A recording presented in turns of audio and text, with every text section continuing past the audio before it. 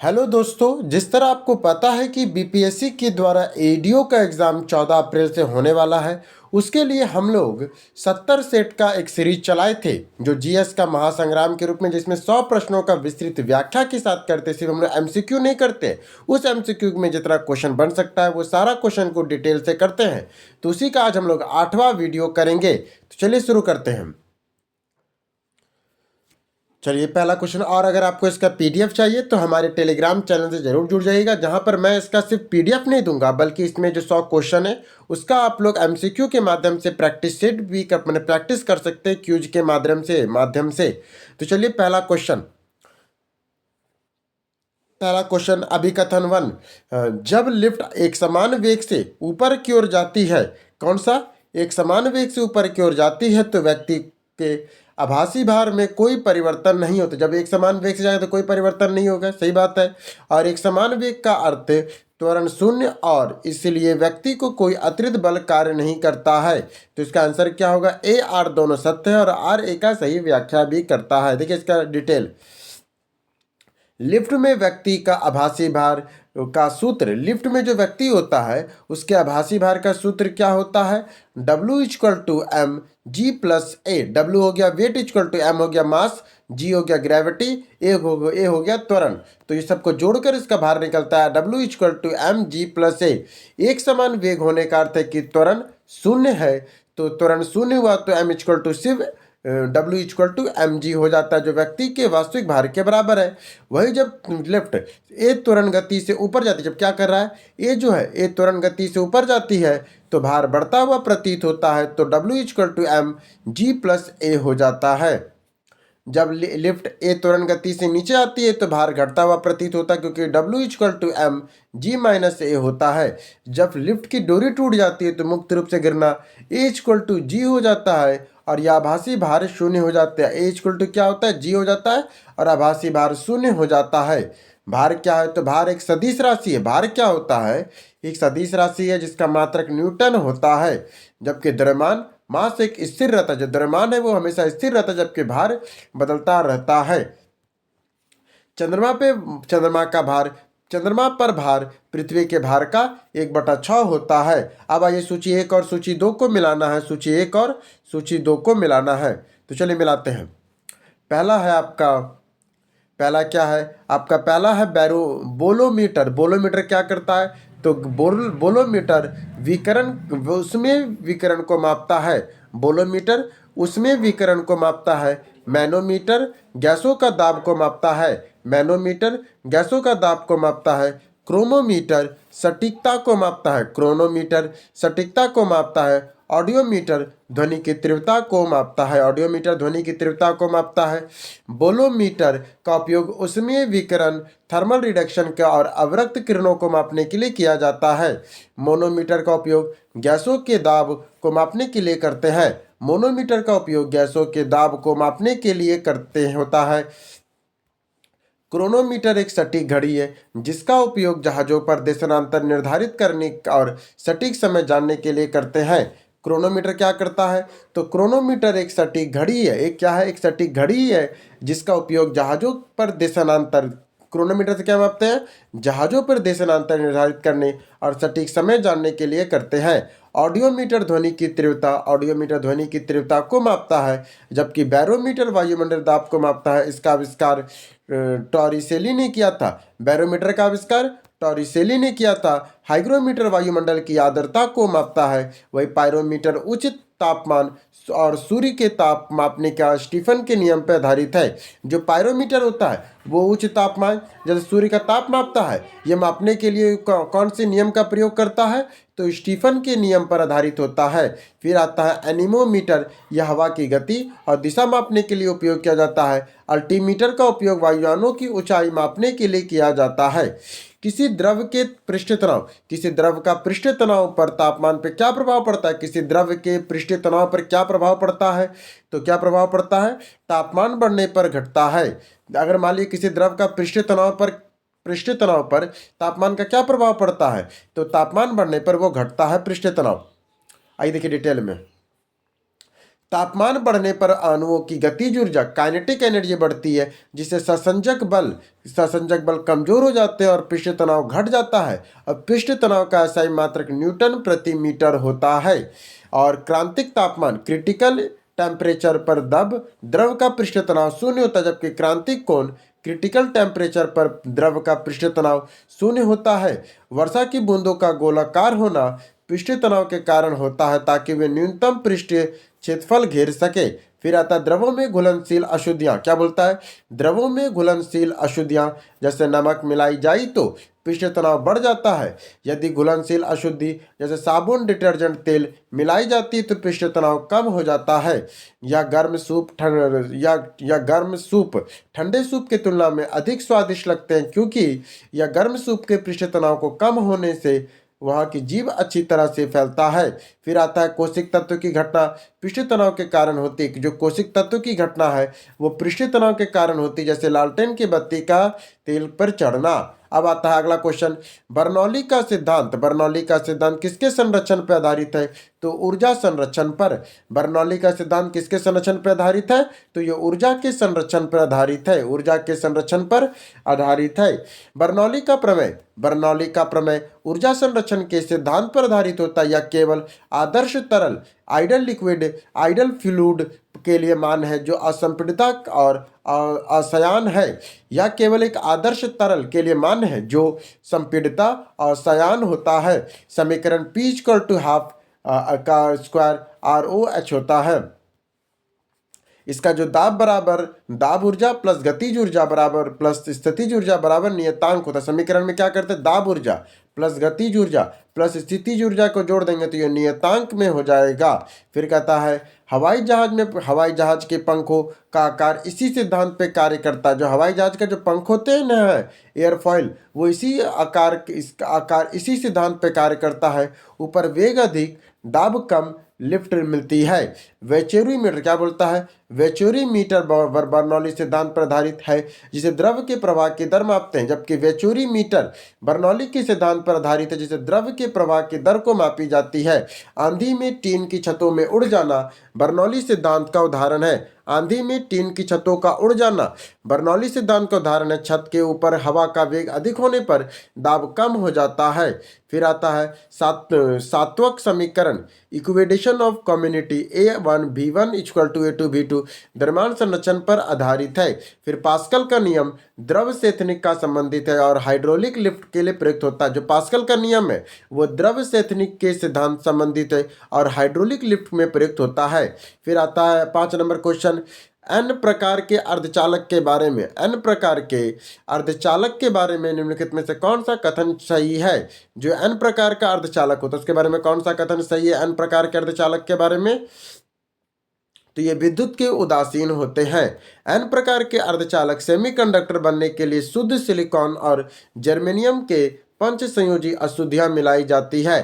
पंच संयोजी तत्व arsenic, antimony, phosphorus और है, इसे डोनर अशुद्धि कहते हैं। जो पंच संयोजी तत्व है वो आर्सेनिक, एंटीमनी, फास्फोरस है, इसे डोनर अशुद्धि कहते हैं। एन प्रकार में इलेक्ट्रॉन बहुसंख्य वाहक मेजॉरिटी कैरियर होते हैं और होल वाहक होते। क्या लिखे? एन प्रकार में जो इलेक्ट्रॉन होते हैं ना वो बहुसंख्य वाहक मेजॉरिटी कैरियर होते हैं और होल अल्पसंख्यक वाहक होते हैं। या विद्युत के रूप में उदासीन होता है, क्योंकि अशुद्ध परमाणु के नाभिक में प्रोटॉनों की संख्या इलेक्ट्रॉनों की संख्या में संतुलित होती है।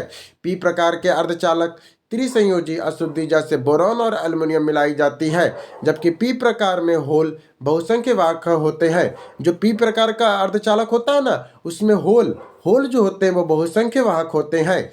शुद्ध अर्धचालकों में ताप बढ़ने से चालकता बढ़ती है और प्रतिरोध गुणांक ऋणात्मक होता है।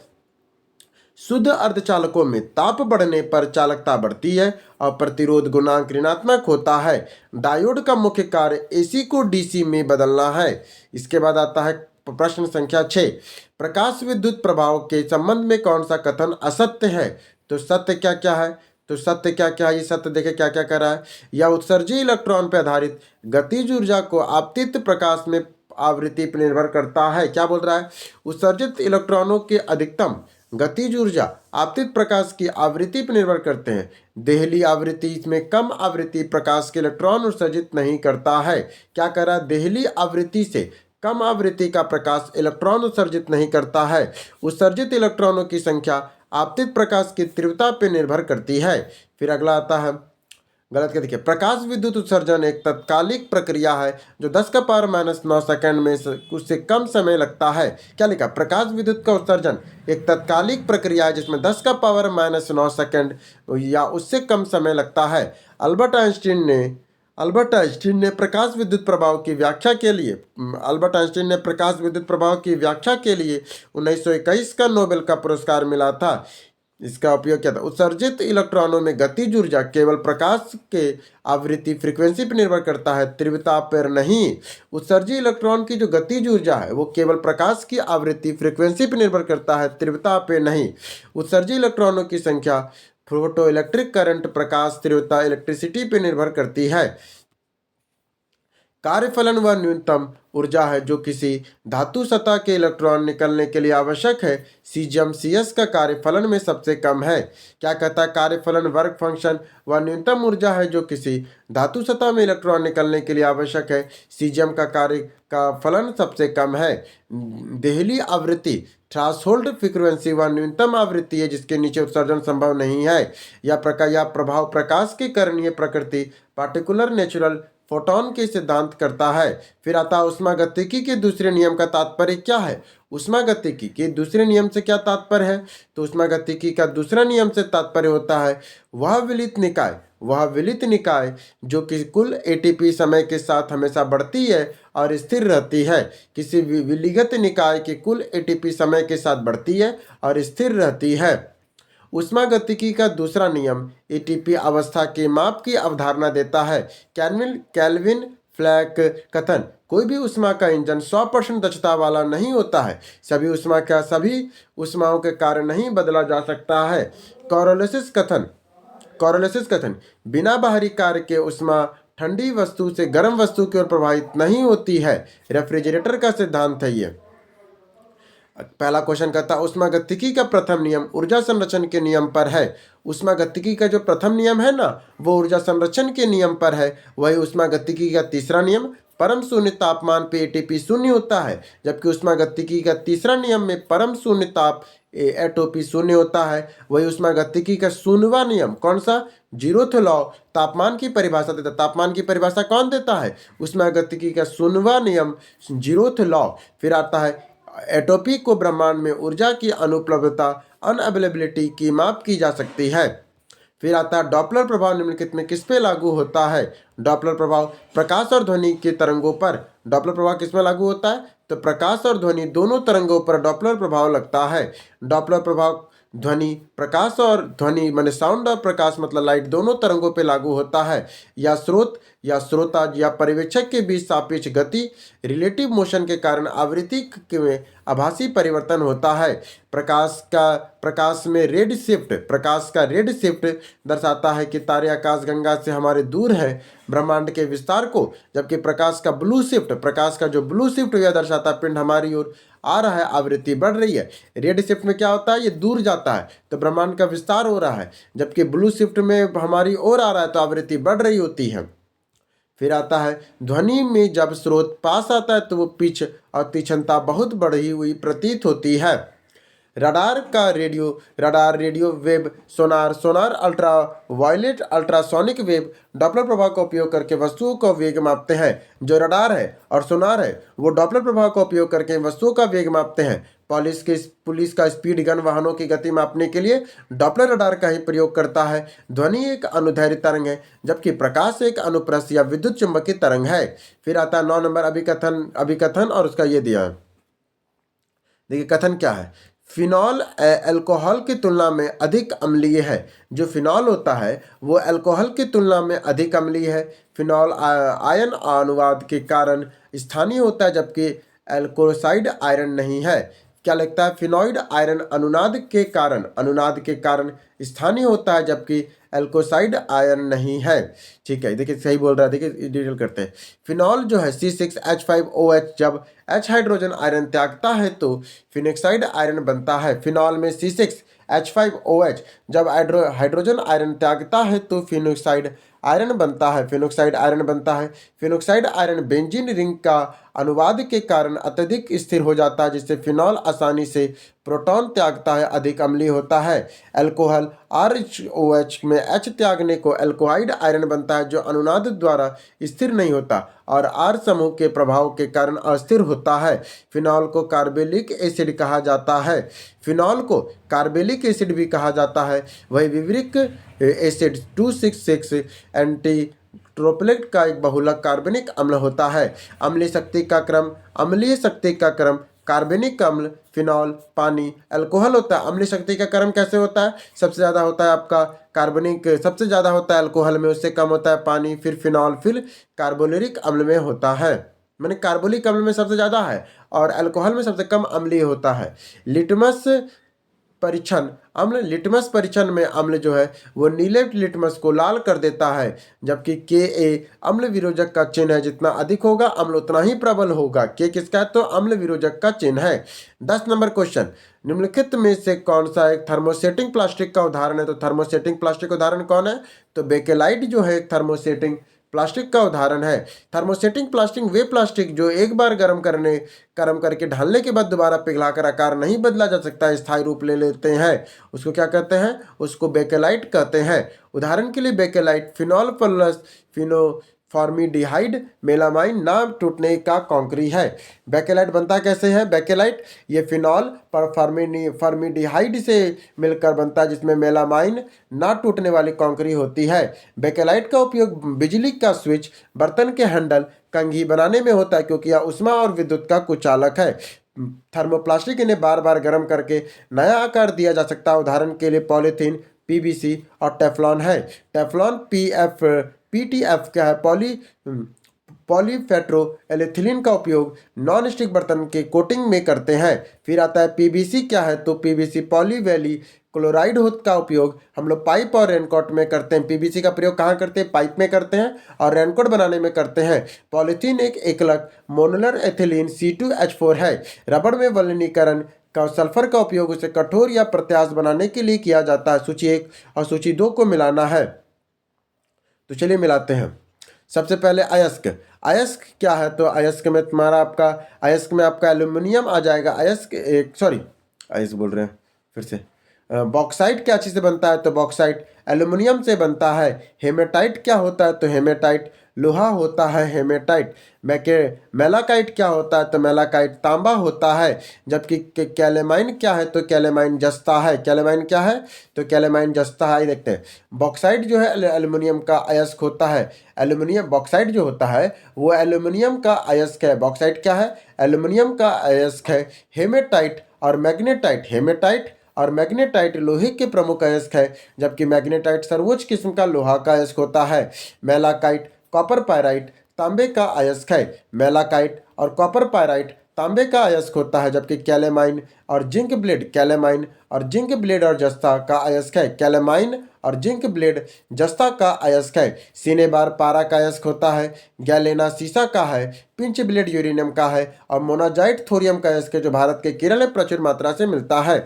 12 नंबर क्वेश्चन, बफर विलयन का मुख्य कार्य क्या? जो बफर विलयन है इसका मुख्य कार्य क्या होता है? तो अम्ल या क्षार में थोड़ी मात्रा मिलने पर पीएच में परिवर्तन का विरोध करना।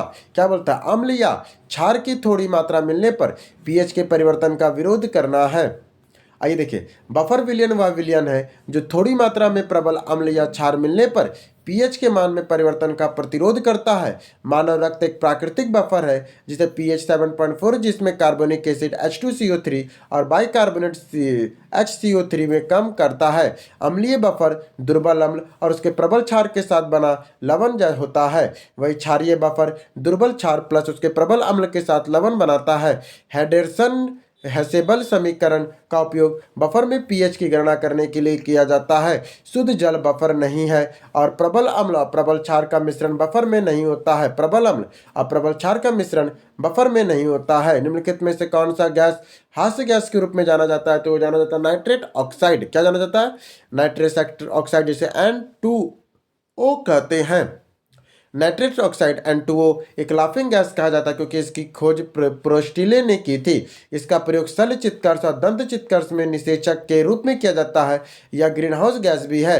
आंसू गैस टेयर गैस का एक रासायनिक नाम क्लोरोएसिटोफिनॉल या क्लोरोफ्लोरोक्विन होता है। मार्स गैस मीथेन CH4 कहते हैं, जो धान के खेतों में बायोगैस का मुख्य घटक है। वाटर गैस कार्बन मोनोऑक्साइड और हाइड्रोजन का मिश्रण होता है।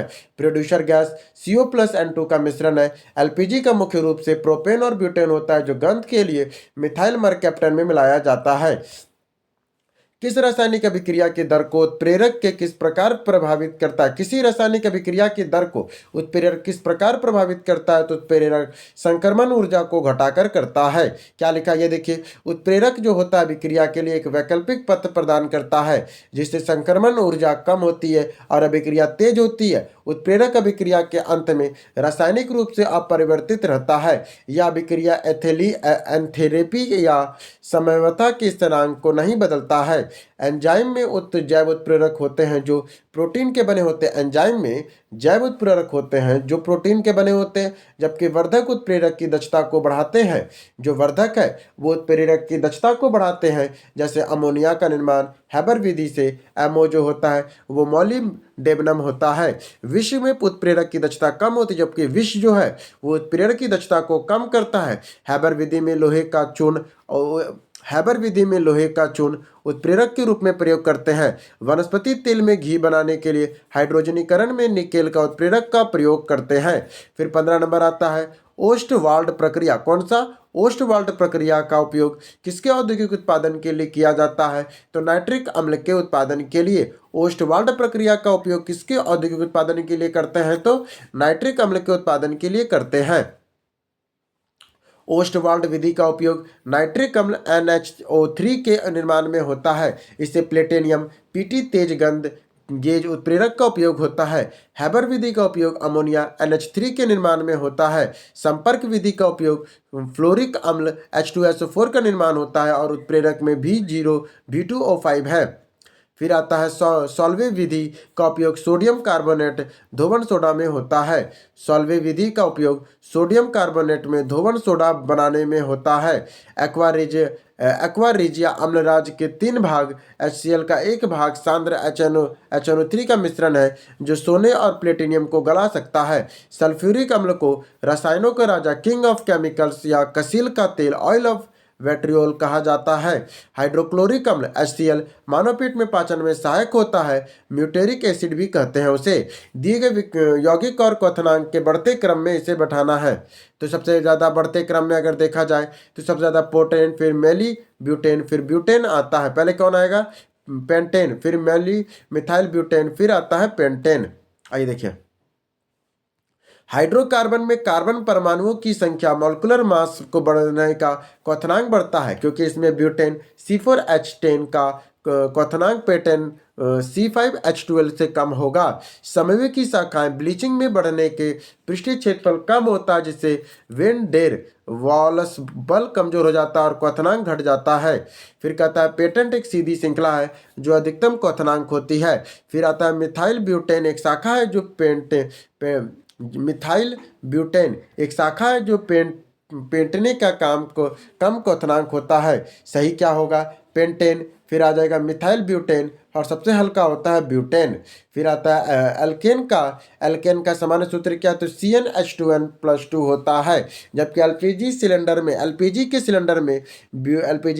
सिलेंडर में ब्यूटेन और प्रोपेन मुख्य घटक होते हैं। बायोगैस और CNG का मुख्य घटक मीथेन CH4 होता है। फिर आता है मानव शरीर में मास्टर ग्रंथि के रूप में किसे जाना जाता है? तो पीयूष ग्रंथि को जानते हैं। किसे जानते हैं? पीयूष ग्रंथि को जानते हैं। पीयूष ग्रंथि को मास्टर ग्रंथि कहते हैं क्योंकि इसका अन्य अंतःस्रावी ग्रंथि जैसे थायराइड एडेनल का नियंत्रण करती है। क्या करती है? थायराइड और एडेनल का नियंत्रण करती है। यह मस्तिष्क के आधार में सेलाटोनिक क्या करती है? मस्तिष्क के आधार में सेलाटोसिक नामक गड्ढे में स्थित होती है। इसका आकार मटर के दाने जैसा होता है। फिर आता है हाइपोथैलेमस या सुपर मास्टर ग्रंथि या मास्टर ऑफ मास्टर ग्रैंड कहा जाता है क्योंकि यह पीयूष ग्रंथि को नियंत्रित करती है। फिर आता है वृद्धि हार्मोन। यह पीयूष ग्रंथि में स्रावित होता है और अधिकता से गैस्ट्रिज्म की कमी को ड्रॉन फ्लेम होता है। थायराइड ग्रंथि गले में शरीर की सबसे बड़ी अंतःस्रावी ग्रंथि है। यह थायरॉक्सिन हार्मोन बनाती है जो आयोडीन की कमी में घेंगा रोग है। यकृत मानव शरीर की सबसे बड़ी ग्रंथि बहिस्रावी है। वही अधिवृक्क ग्रंथि को आपातकालीन ग्रंथि ईएफ या फाइट ग्रंथि कहा जाता है। अग्नाशय यह एक मिश्रित ग्रंथि या अंतःस्रावी बहिस्रावी दोनों होती है। इसमें बीटा कोशिकाएं इंसुलिन बनती है। फिर आता है अर्धसूत्री विभाजन के संबंध में निम्नलिखित कथनों पे कौन सा सत्य है? अर्धसूत्री विभाजन के संबंध में कौन सा कथन सत्य है? तो इसके परिणाम स्वरूप ये 4 अगुणित संकेत कोशिकाएं बनाती है।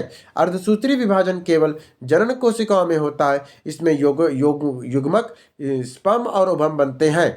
यह एक द्विगुणित और कोशिका विभाजित होकर 4 अगुणित असतत कोशिकाएं बनाती है। यह न्यूनीकरण विभाजन कहते हैं क्योंकि गुणसूत्रों की संख्या आधी रह जाती है। समसूत्री विभाजन में काय की कोशिकाएं में होता है जिसमें 2 समान सतत कोशिकाएं बनती है। गुणसूत्र समान होते हैं।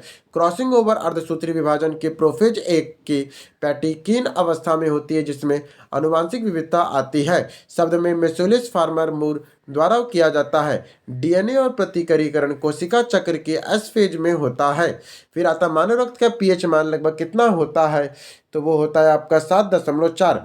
मानव रक्त का पीएच मान 7.35 से 7.45 के बीच होता है, इसीलिए यह हल्का क्षारीय है। यदि रक्त का पीएच मान पीएच 0.2 भी बदल जाए तो मृत्यु हो जाती है। पीएच पैमाने की खोज सोरेनसन ने 1909 में की थी। पीएच की खोज किसने किया था? तो सोरेनसन ने 1909 में की थी। और प्रबल अम्ल प्रबल अम्ल 0 होता है, 7 उदासीन होता है और 14 प्रबल क्षार होता है। मूत्र का पीएच मान 6 होता है। फिर आता लार का पीएच भोजन के पहले 6.8, भोजन के बाद 5.8 हो जाता है। दूध का पीएच मान 6.4 से 6.6 के बीच होता है। शुद्ध जल 7 होता है। जठर रस गैस्ट्रिक जूस का पीएच 1.75 से 2 अधिक होता है।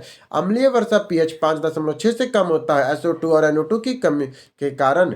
फिर आता मेडल के स्वतंत्र अपलूहन का नियम, लॉ ऑफ इंडिपेंडेंट एसोर्मेट का आधार क्या है? उसका आधार क्या है? तो उसका आधार है विभिन्न जीनों के युग्मक विकल्पी युग्मक द्वारा एक दूसरे को संयुक्त रूप से पृथक होते हैं। मेडल का तीसरा नियम स्वतंत्र अपलूहन का नियम, लॉ ऑफ इंडिपेंडेंट एसोमेट द्विसंकर क्रॉस ड्राई ब्राइड क्रॉस पर आधारित है। इसके अनुसार 2 अलग अलग लक्षणों के जीन एक दूसरे को प्रभावित किए बिना स्वतंत्र रूप से युग्मक में जाते हैं। द्विसंकर क्रॉस का फेनोटाइप अनुपात 9:3, 3:1 में होता है।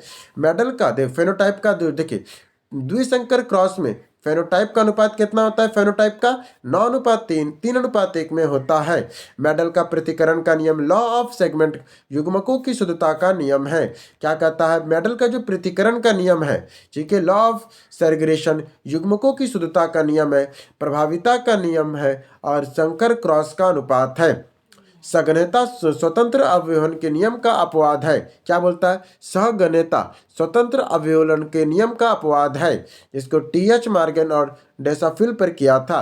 गेगर जॉन मेडल ने अनुवांशिकी का जनक कहा जाता है। गेगर जॉन मेडल को अनुवांशिकी का जनक कहा जाता है। उन्होंने मटर का प्रयोग किया था।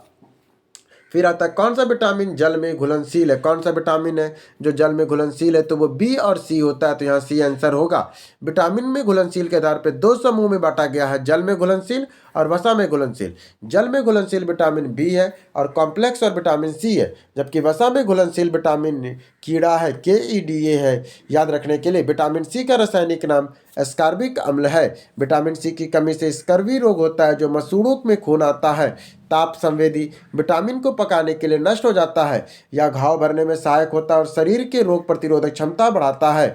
विटामिन में B12 साइनोकोबामेरिन कोबाल्ट धातु में पाई जाती है। विटामिन ए को रेटिनॉल की कमी से रतौंधी होती है। विटामिन ए में रेटिनॉल कमी से रतौंधी होती है। PCR पॉलीमरेज या चेन रिएक्शन तकनीक का उपयोग मुख्य रूप से किया जाता है। किसमें करते हैं? जो PCR है, पॉलीमरेज चेन रिएक्शन तकनीक का उपयोग किसमें करते हैं? तो ये लोग हम लोग करते हैं डीएनए प्रवर्धन, डीएनए के एम्प्लीफिकेशन के लिए करते हैं। PCR पॉली पॉली क्या है?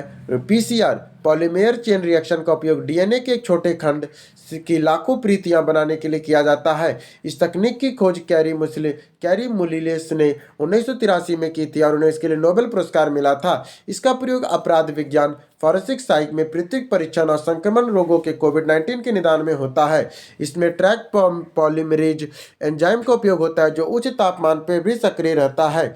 फिर आता है एलिसा टेस्ट को उपयोग एड्स HIV की जांच के लिए किया जाता है। वेस्टर्न ब्लॉटिंग का उपयोग प्रोटीन की पहचान के लिए किया जाता है।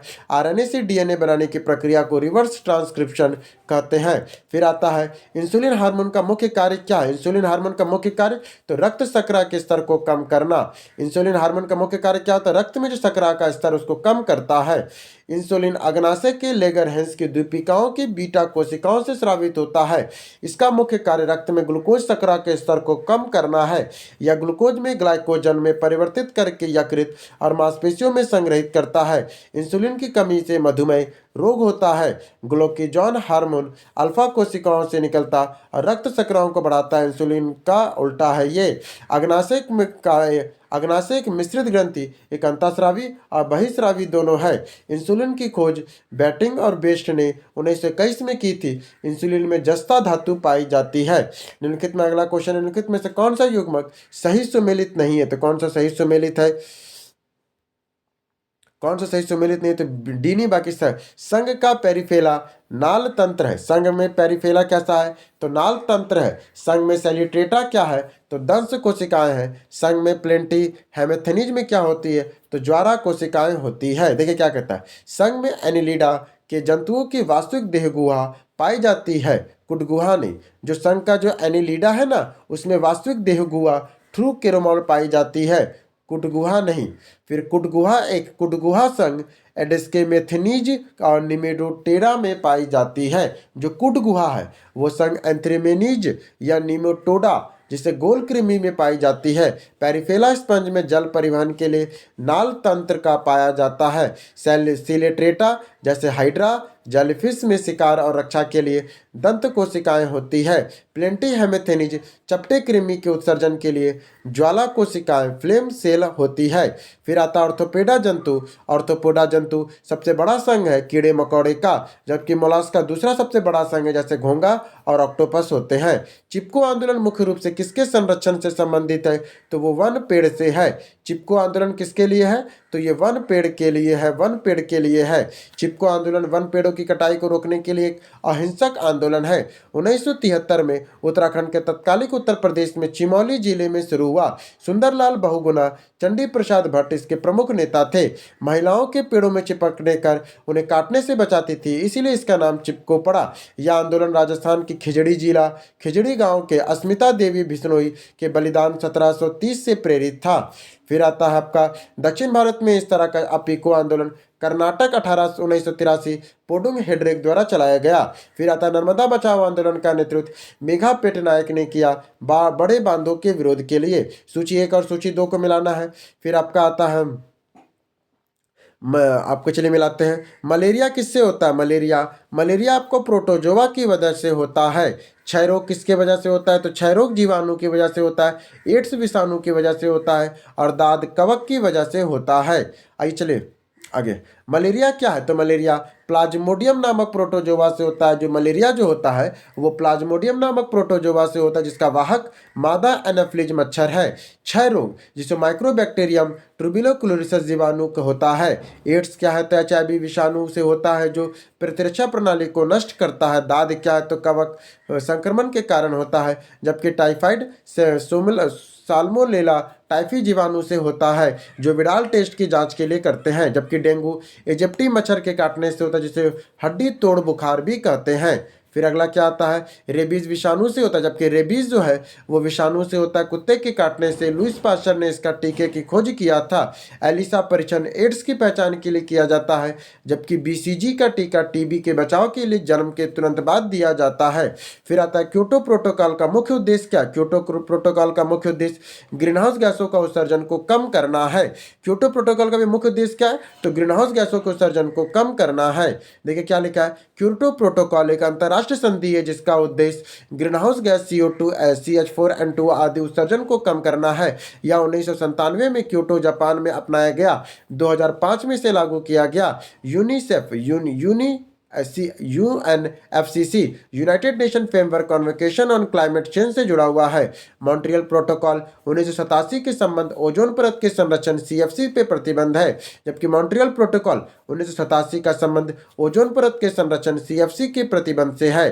फिर आता है आपका नगोया प्रोटोकॉल। नगोया प्रोटोकॉल 2010 जैव विविधता अनुवांशिक संसाधनों के लाभ बोझ को से संबंधित है। बेसल कन्वेंशन खतरनाक अवशिष्ट संसाधनों की सुरक्षा पार स्थानांतरण पर नियंत्रित करता है।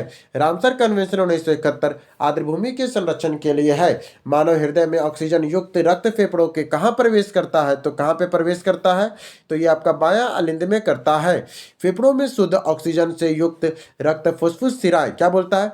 फेफड़ों में शुद्ध ऑक्सीजन युक्त रक्त फुफ्फुस सिराओं के द्वारा बाएं आलिंद में आता है। बाएं आलिंद में रक्त बाएं निलय में बाएं आलिंद से रक्त बाएं निलय में जाता है और महाधमनी के द्वारा पूरे शरीर में पंप किया जाता है। शरीर में अशुद्ध CO2 युक्त रक्त वेना वकावा द्वारा दायां अलिंद में आता है। दाएं अलिंद से रक्त दायां नीले राइट वेंट्रिकल्स में जाता है, जहां फुफ्फुस धमनी फेफड़ों में ले जाती है। फिर आता है आपका फुफ्फुस धमनी एकमात्र धमनी है जो अशुद्ध रक्त ले जाती है। फुफ्फुस सिरा एकमात्र सिरा है जो शुद्ध रक्त ले जाती है। मानव हृदय में 4 कक्षे होते हैं और मछलियों के हृदय 2 कक्षे होते हैं। पेसमेकर दायां अलिंद में स्थित है जो दिल की धड़कन को नियंत्रित करता है। खाद्य श्रृंखला में प्राथमिक उपभोक्ता कौन होता है? तो वो शाकाहारी होता है। प्राथमिक उपभोक्ता कौन होता है? तो शाकाहारी प्राथमिक उपभोक्ता होता है। प्राथमिक उपभोक्ता वे जीव हैं जो सीधे उत्पादक हरे पौधे को खाते हैं, शाकाहारी होते हैं। और हिरन और गया और टेंडा है। उत्पादक हरे पौधे में प्रकाश संश्लेषण के द्वारा अपना भोजन स्वयं बनाते हैं। द्वितीयक उपभोक्ता सेकेंडरी कॉन्क्लूजन वे मांसाहारी जो प्राथमिक उपभोक्ता को खाते हैं, जैसे मेढक और भेड़िया हो गया। अपघटक जीवाणु और कवक के मृत कार्बनिक पदार्थ को तोड़ते हैं। फिर आता खाद्य श्रृंखला में ऊर्जा के बहाव का एक दिशा होती है। खाद्य श्रृंखला में ऊर्जा का जो प्रवाह है वो एक दिशा है। लिडमैन का 10% का नियम एक पोषण स्तर को अगले स्तर में केवल 10% ऊर्जा ही स्थानांतरित होती है। फिर आता है 30 नंबर क्वेश्चन, कंप्यूटर में कैश मेमोरी कहाँ होती है? जो कंप्यूटर की जो कैश मेमोरी है वो कहाँ पर होती है? तो CPU और रैम के बीच में होती है। कैश मेमोरी एक अत्यंत तीव्र गति वाली मेमोरी है जो CPU और मुख्य मेमोरी रैम के बीच स्थित होती है। इसका कार्य बार बार उपयोग किए जाने वाले डेटा और निर्देशों को स्टोर करना ताकि CPU की गति बढ़ सके। यह रैम के तेज होती है ताकि लेकिन रजिस्टर से धीमी होती है। फिर आता है रजिस्टर। CPU के अंदर सबसे तेज मेमोरी यूनिट होती है। कैश मेमोरी का स्तर जो सबसे तेज सबसे छोटा होता है। फिर आता है रैम एक वोलाटाइट मेमोरी है, यानी बिजली से जाने पर डेटा नष्ट हो जाता है। रैम क्या होता है? वोलाटाइट मेमोरी है, यानी बिजली जाने पर नष्ट हो जाता है। जबकि रोम एक नॉन वोलाटाइट मेमोरी है। फिर आता है 15 सितंबर 2025 को भारत के किस पहले क्वांटम कंप्यूटिंग आधारित दूरसंचार नेटवर्क का अनावरण किस शहर में किया गया था? किस शहर में किया गया था? तो वो किया गया था नई दिल्ली में। भारत के पहले क्वांटम कंप्यूटिंग आधारित दूरसंचार नेटवर्क का अनावरण नई दिल्ली में किया गया। यह कंप्यूटर या नेटवर्क संचार के हैक प्रूफ बनाने के लिए क्वांटम यांत्रिकी के सिद्धांत का प्रयोग करता है। क्वांटम कंप्यूटर मूल इकाई क्यूबिट होती है, जिसे क्लासिक कंप्यूटर में बीट होती है। भारत सरकार ने राष्ट्रीय quantum mission national quantum mission 2023 को मंजूरी दी थी। इस मिशन का लक्ष्य 2031 तक मध्यवर्ती स्तर में क्वांटम कंप्यूटर को विकसित करना है। फिर आता चीन दुनिया का पहला देश है जिसने क्वांटम उपग्रह मिसिकस को लॉन्च किया है। फिर आता चर्चित पुस्तक द आर्किटेक्चर ऑफ इंडिया किसके द्वारा लिखी गई है? तो द आर्किटेक्चर ऑफ इंडिया किसके द्वारा लिखी गई, जिसका विमोचन 5 अक्टूबर 2025 को हुआ? तो विवेक किसने लिखा है? तो विवेक देवराय ने द आर्किटेक्चर ऑफ इंडिया लिखा है।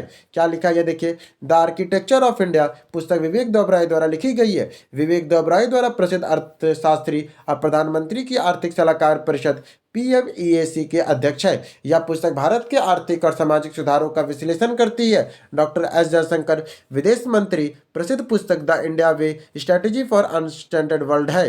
रामचंद्र गुहा की प्रसिद्ध पुस्तक इंडिया आफ्टर गांधी क्या है? India after Gandhi man Booker पुरस्कार पाने वाले पहले भारतीय लेखक Arundhati Roy the God of small thing थे। फिर आता है 1 नवंबर 2025 को भारतीय रिजर्व बैंक ने अपनी डिजिटल मुद्रा CBDC में कौन सा चरण लॉन्च किया है?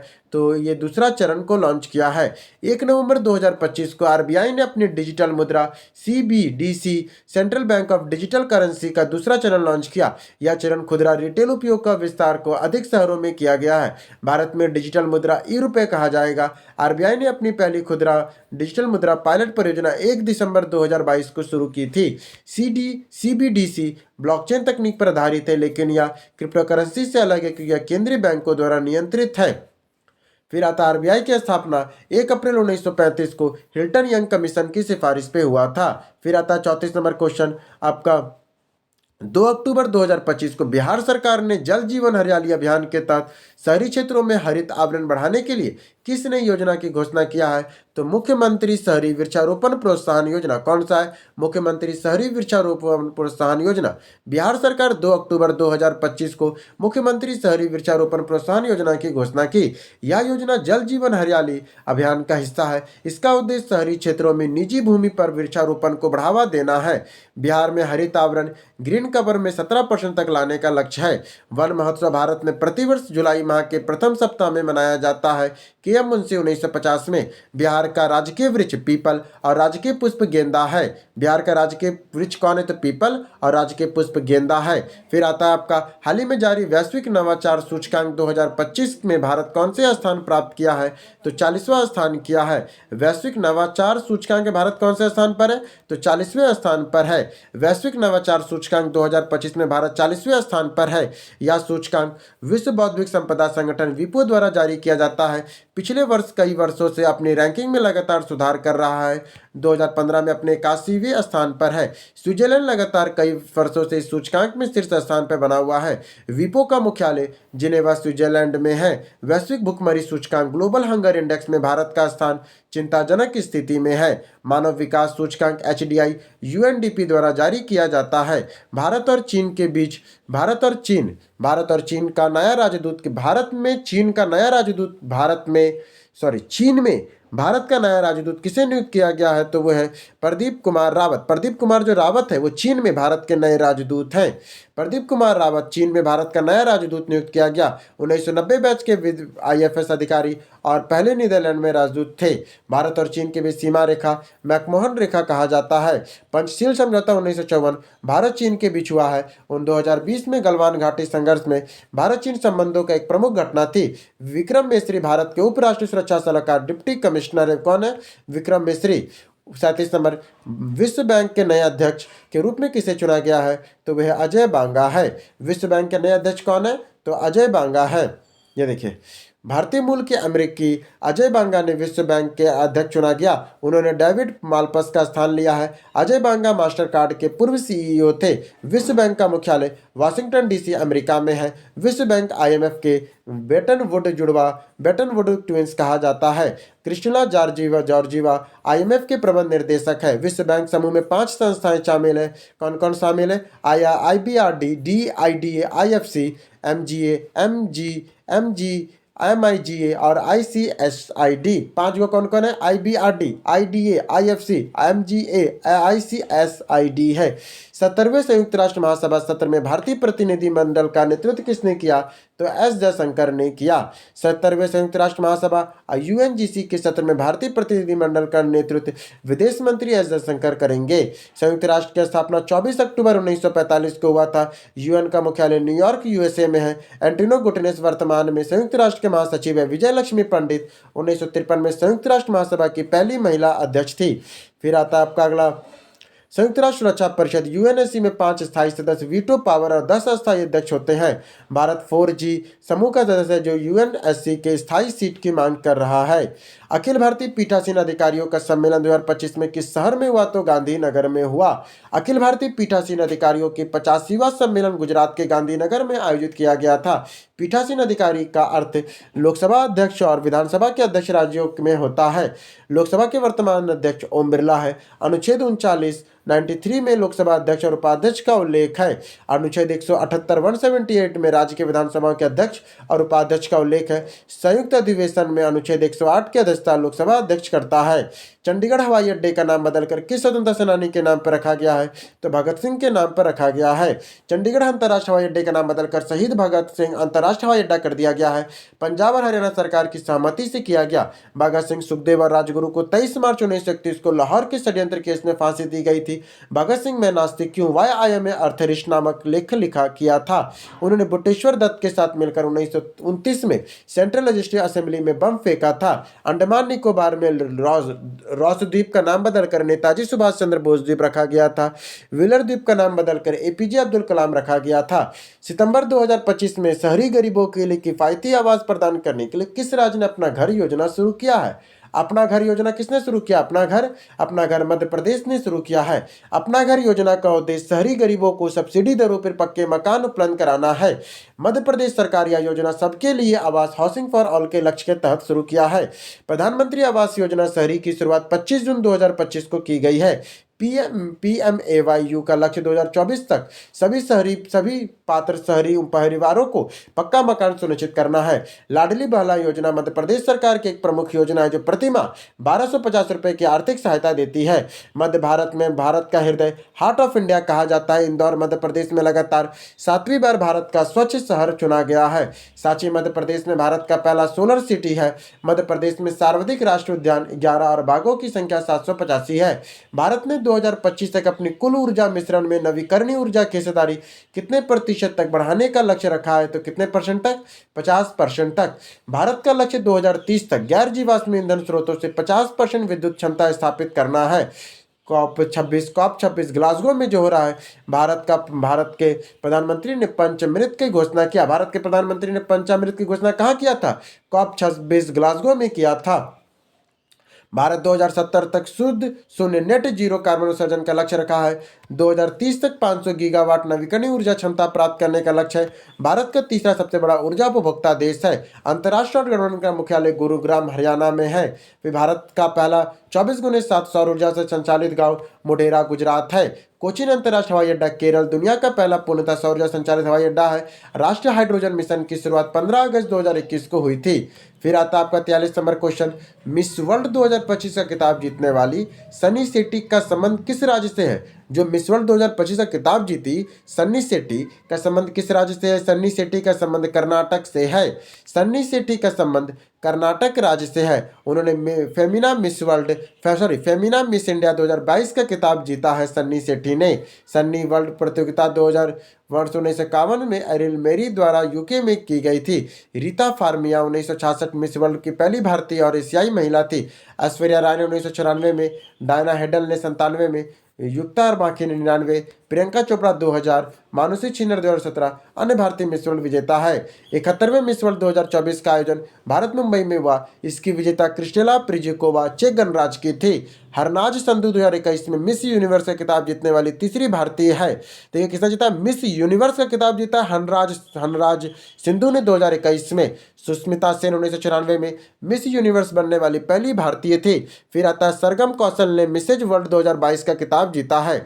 विपक्षी दलों के गठबंधन ने राष्ट्रपति चुनाव 2027 के लिए किसे अपना संयुक्त उम्मीदवार घोषित किया है तो नीतीश कुमार को किया है।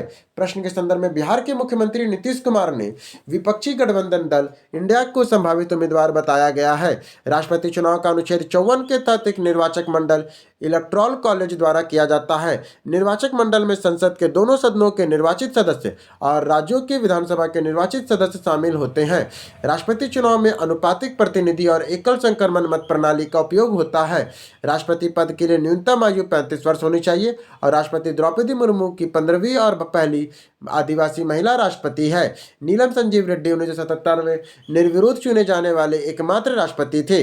डॉक्टर राजेंद्र प्रसाद एकमात्र राष्ट्रपति थे जिन्होंने दो पूर्ण कार्यकाल 1950 से 62 तक किया है।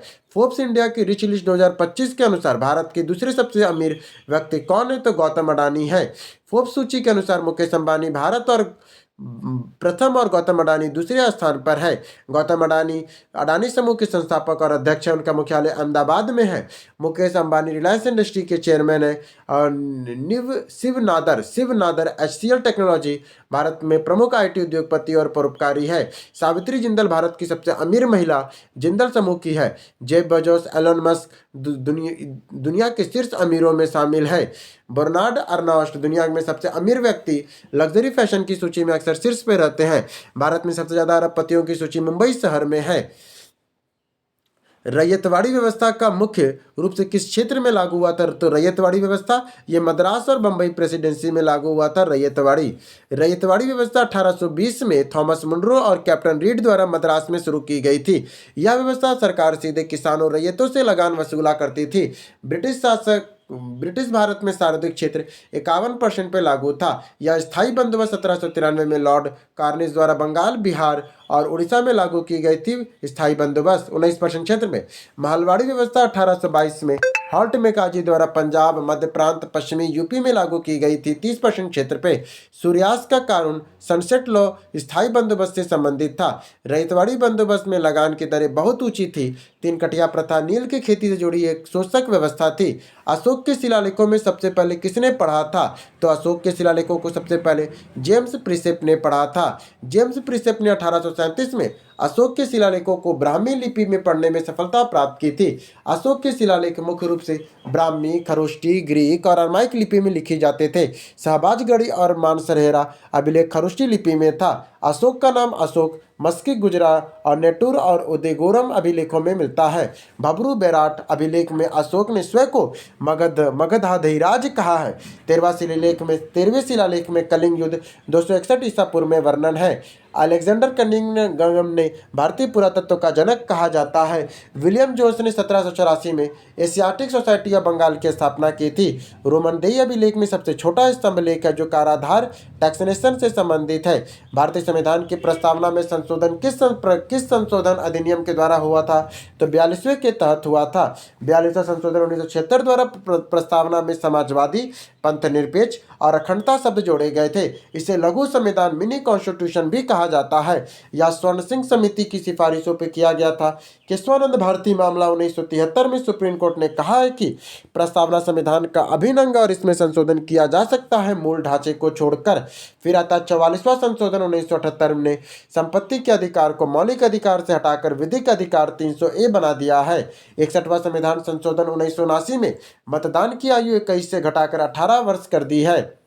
24वां संशोधन 1971 में संसद ने मौलिक अधिकारों के सहित संविधान के किसी भी हिस्से में संशोधन करने की शक्ति दी है। प्रस्तावना को संविधान की आत्मा ठाकुरदास भार्गव और पहचान पत्र NL पालिकीवाला ने कहा गया है। प्रस्तावना का विचार अमेरिका से और भाषा को ऑस्ट्रेलिया के संविधान से ली गई है। नीति आयोग का गठन किस संस्था के स्थान पर किया गया था, तो नीति आयोग का गठन योजना आयोग के स्थान पर किया गया। नीति का पूरा नाम होता है national institute for transforming India.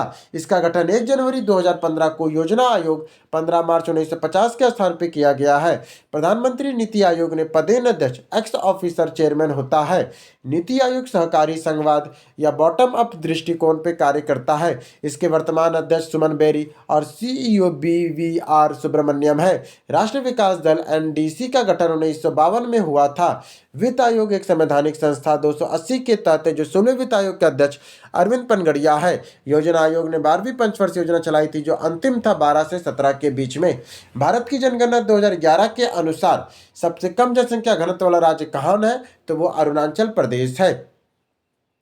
Arunachal Pradesh की जनसंख्या घनत्व सबसे कम मात्र 17 व्यक्ति प्रति वर्ग किलोमीटर है। भारत का औसत जनसंख्या घनत्व 382 व्यक्ति प्रति वर्ग किलोमीटर है। सबसे अधिक घनत्व वाला राज्य आपका बिहार मिलेगा, 1106 व्यक्ति प्रति वर्ग किलोमीटर है। केंद्र शासित प्रदेश में सर्वाधिक घनत्व दिल्ली का है 11,320 और न्यूनतम है अंडमान निकोबार 46 का है। सिक्किम भारत का सबसे कम जनसंख्या वाला राज्य है। 2011 की जनगणना का आदर्श वाक्य हमारी जनगणना हमारा भविष्य था। जनगणना आयुक्त 2011 में सी चंद्रमौली थे। जनगणना संघ सूची यूनियन लिस्ट का विषय है जो अनुच्छेद 246। भारत की पहली जनगणना 1872 लॉर्ड मेयो और पहली नियमित जनगणना 1881 लॉर्ड रिपन में हुई थी। फिर आता है फॉरवर्ड ब्लॉक की स्थापना किसने किया था, तो सुभाष चंद्र बोस ने किया था। सुभाष चंद्र बोस ने 1939 में कांग्रेस के भीतर फॉरवर्ड ब्लॉक की स्थापना किया। 1938 के हरिपुरा और 1939 के त्रिपुरा में कांग्रेस अधिवेशन के अध्यक्ष थे। त्रिपुरी संकट के बाद उन्होंने अध्यक्ष पद से इस्तीफा दे दिया, जिसके बाद डॉक्टर राजेंद्र प्रसाद अध्यक्ष बने थे। बोस ने तुम मुझे खून दो मैं तुम्हें आजादी दूंगा और जय हिंद के नारे दिए थे। उनकी आत्मकथा का नाम द इंडियन स्ट्रगल है। 1943 में सिंगापुर में आजाद हिंद फौज आईएनए की कमान संभाली थी।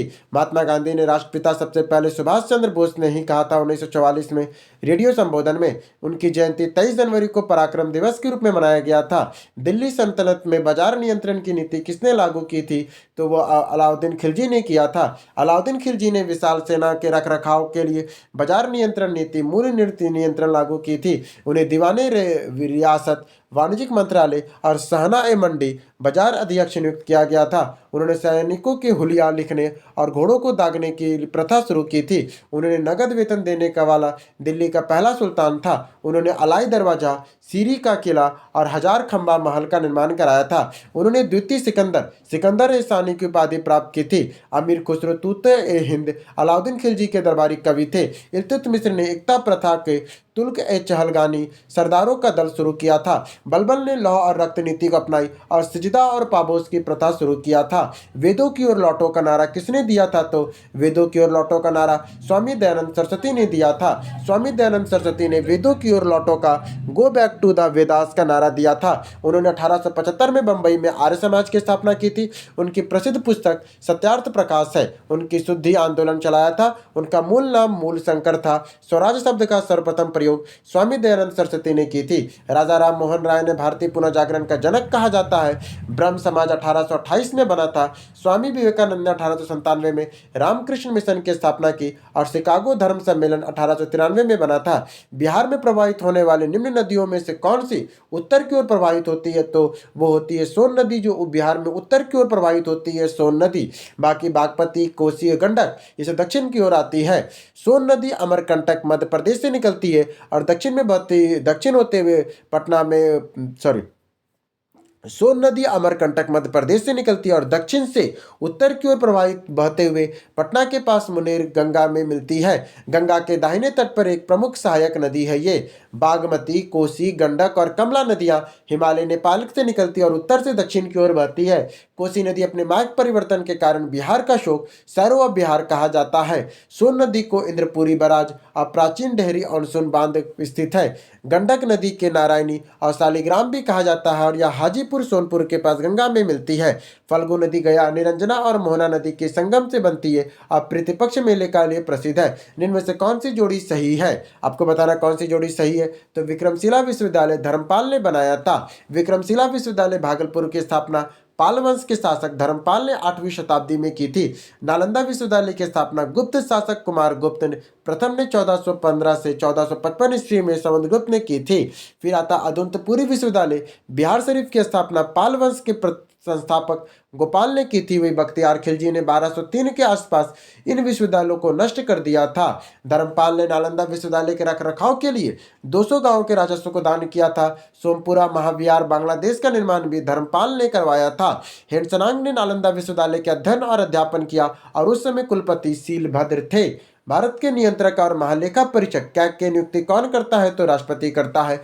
अनुच्छेद 148 के तहत भारत के नियंत्रक या महालेखा परीक्षक कैग की नियुक्ति राष्ट्रपति द्वारा की जाती है। इसका कार्यकाल 6 वर्ष या 65 वर्ष की आयु जो भी पहले हो तक होता है। कैग को सार्वजनिक धन का संरक्षक, guardian of the public purse कहा जाता है। या डॉक्टर अंबेडकर ने कैग को संविधान का सबसे महत्वपूर्ण अधिकारी बताया था। यह अपना त्याग पत्र राष्ट्रपति को देता है और सुप्रीम कोर्ट के जज की तरह हटाया जा सकता है। वर्तमान में कैग 2025 में अब बदल गया, गिरीश चंद्र मुर्मू पहले तब नहीं है।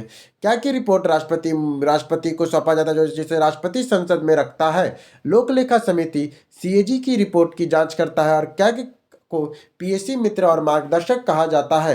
हड़प्पा सभ्यता को विशाल स्नानागार कहाँ पाया जाता है? तो वो पाया जाता है मोहनजोदाड़ो में। कहाँ पाया जाता है? मोहनजोदाड़ो में। विशाल स्नानागार मोहनजोदाड़ो का सबसे महत्वपूर्ण जिम्मेदारी सार्वजनिक स्थल है। मोहनजोदाड़ो का शाब्दिक अर्थ मृतकों का टीला है या सिंधु नदी के तट पर पाकिस्तान में स्थित है। इसकी खोज 1922 में राखल दास बनर्जी ने की थी। यहाँ से काशी के नर्तक पशुपति महादेव की मोहर और सूती कपड़े के साक्ष्य मिले हैं। हड़प्पा रावी की खोज दयाराम साहनी ने की थी। R37 कब्रिस्तान मिला है। लोथर भोगवा नदी गुजरात सिंधु नदी सिंधु घाटी सभ्यता का प्रमुख बंदरगाह था।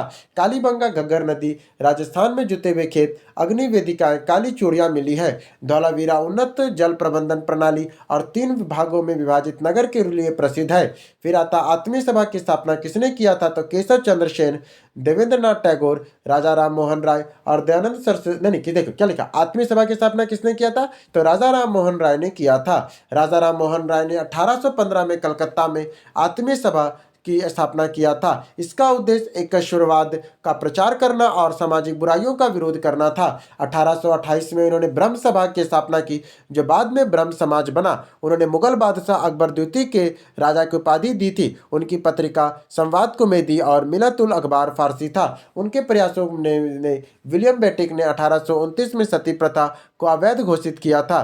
केशव चंद्र सेन ने भारतवर्ष ब्रह्म समाज की स्थापना की थी और देवेंद्रनाथ टैगोर ने तत्वबोधिनी सभा की स्थापना 1839 में की थी। निम्नलिखित में से कौन सा सही सुमेलित नहीं है? तो कौन कौन सही सुमेलित है? तो अनुच्छेद 80, देखिए क्या लिख रहा है। अनुच्छेद 72 राष्ट्रपति का क्षमादान है। अनुच्छेद 76 भारत में महान्यायवादी है। अनुच्छेद 78 प्रधानमंत्री का कर्तव्य है, जबकि 80 लोकसभा की संरचना नहीं है, गलत है ये। 80 में राज्यसभा की संरचना का है। लोकसभा का 81 में आता है। संसद का गठन 79 में है, जो संसद राष्ट्रपति प्लस राज्यसभा प्लस लोकसभा से मिलकर बनता है। इसके बाद आता है अनुच्छेद 72 राष्ट्रपति की क्षमादान शक्ति से संबंधित जो क्षमा, लघुकरण, परिहार, विराम, प्रतिबल है। अनुच्छेद 76 भारत में महान्यायवादी अटॉर्नी जनरल देश का सर्वोच्च विधि अधिकारी होता है। प्रधानमंत्री का कर्तव्य है कि वह प्रशासन और विधान संबंधी जानकारी राष्ट्रपति को दे।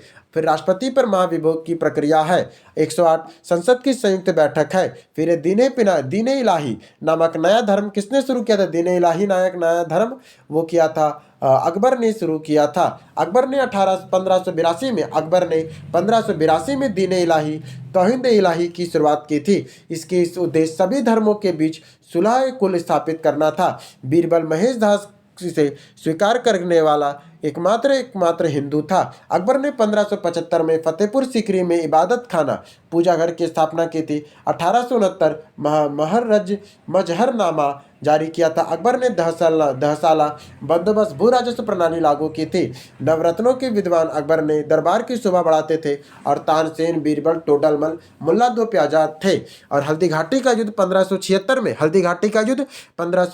में अकबर मान सिंह नेतृत्व में और महाराणा प्रताप के बीच लड़ा गया था। अब्दुल फजल ने अकबरनामा आईने अकबरी की रचना की थी। 1857 विद्रोह के दौरान अकबर के नेतृत्व किसने किया था? तो लखनऊ से नेतृत्व किसने किया था? तो बेगम हजरत महल ने किया था।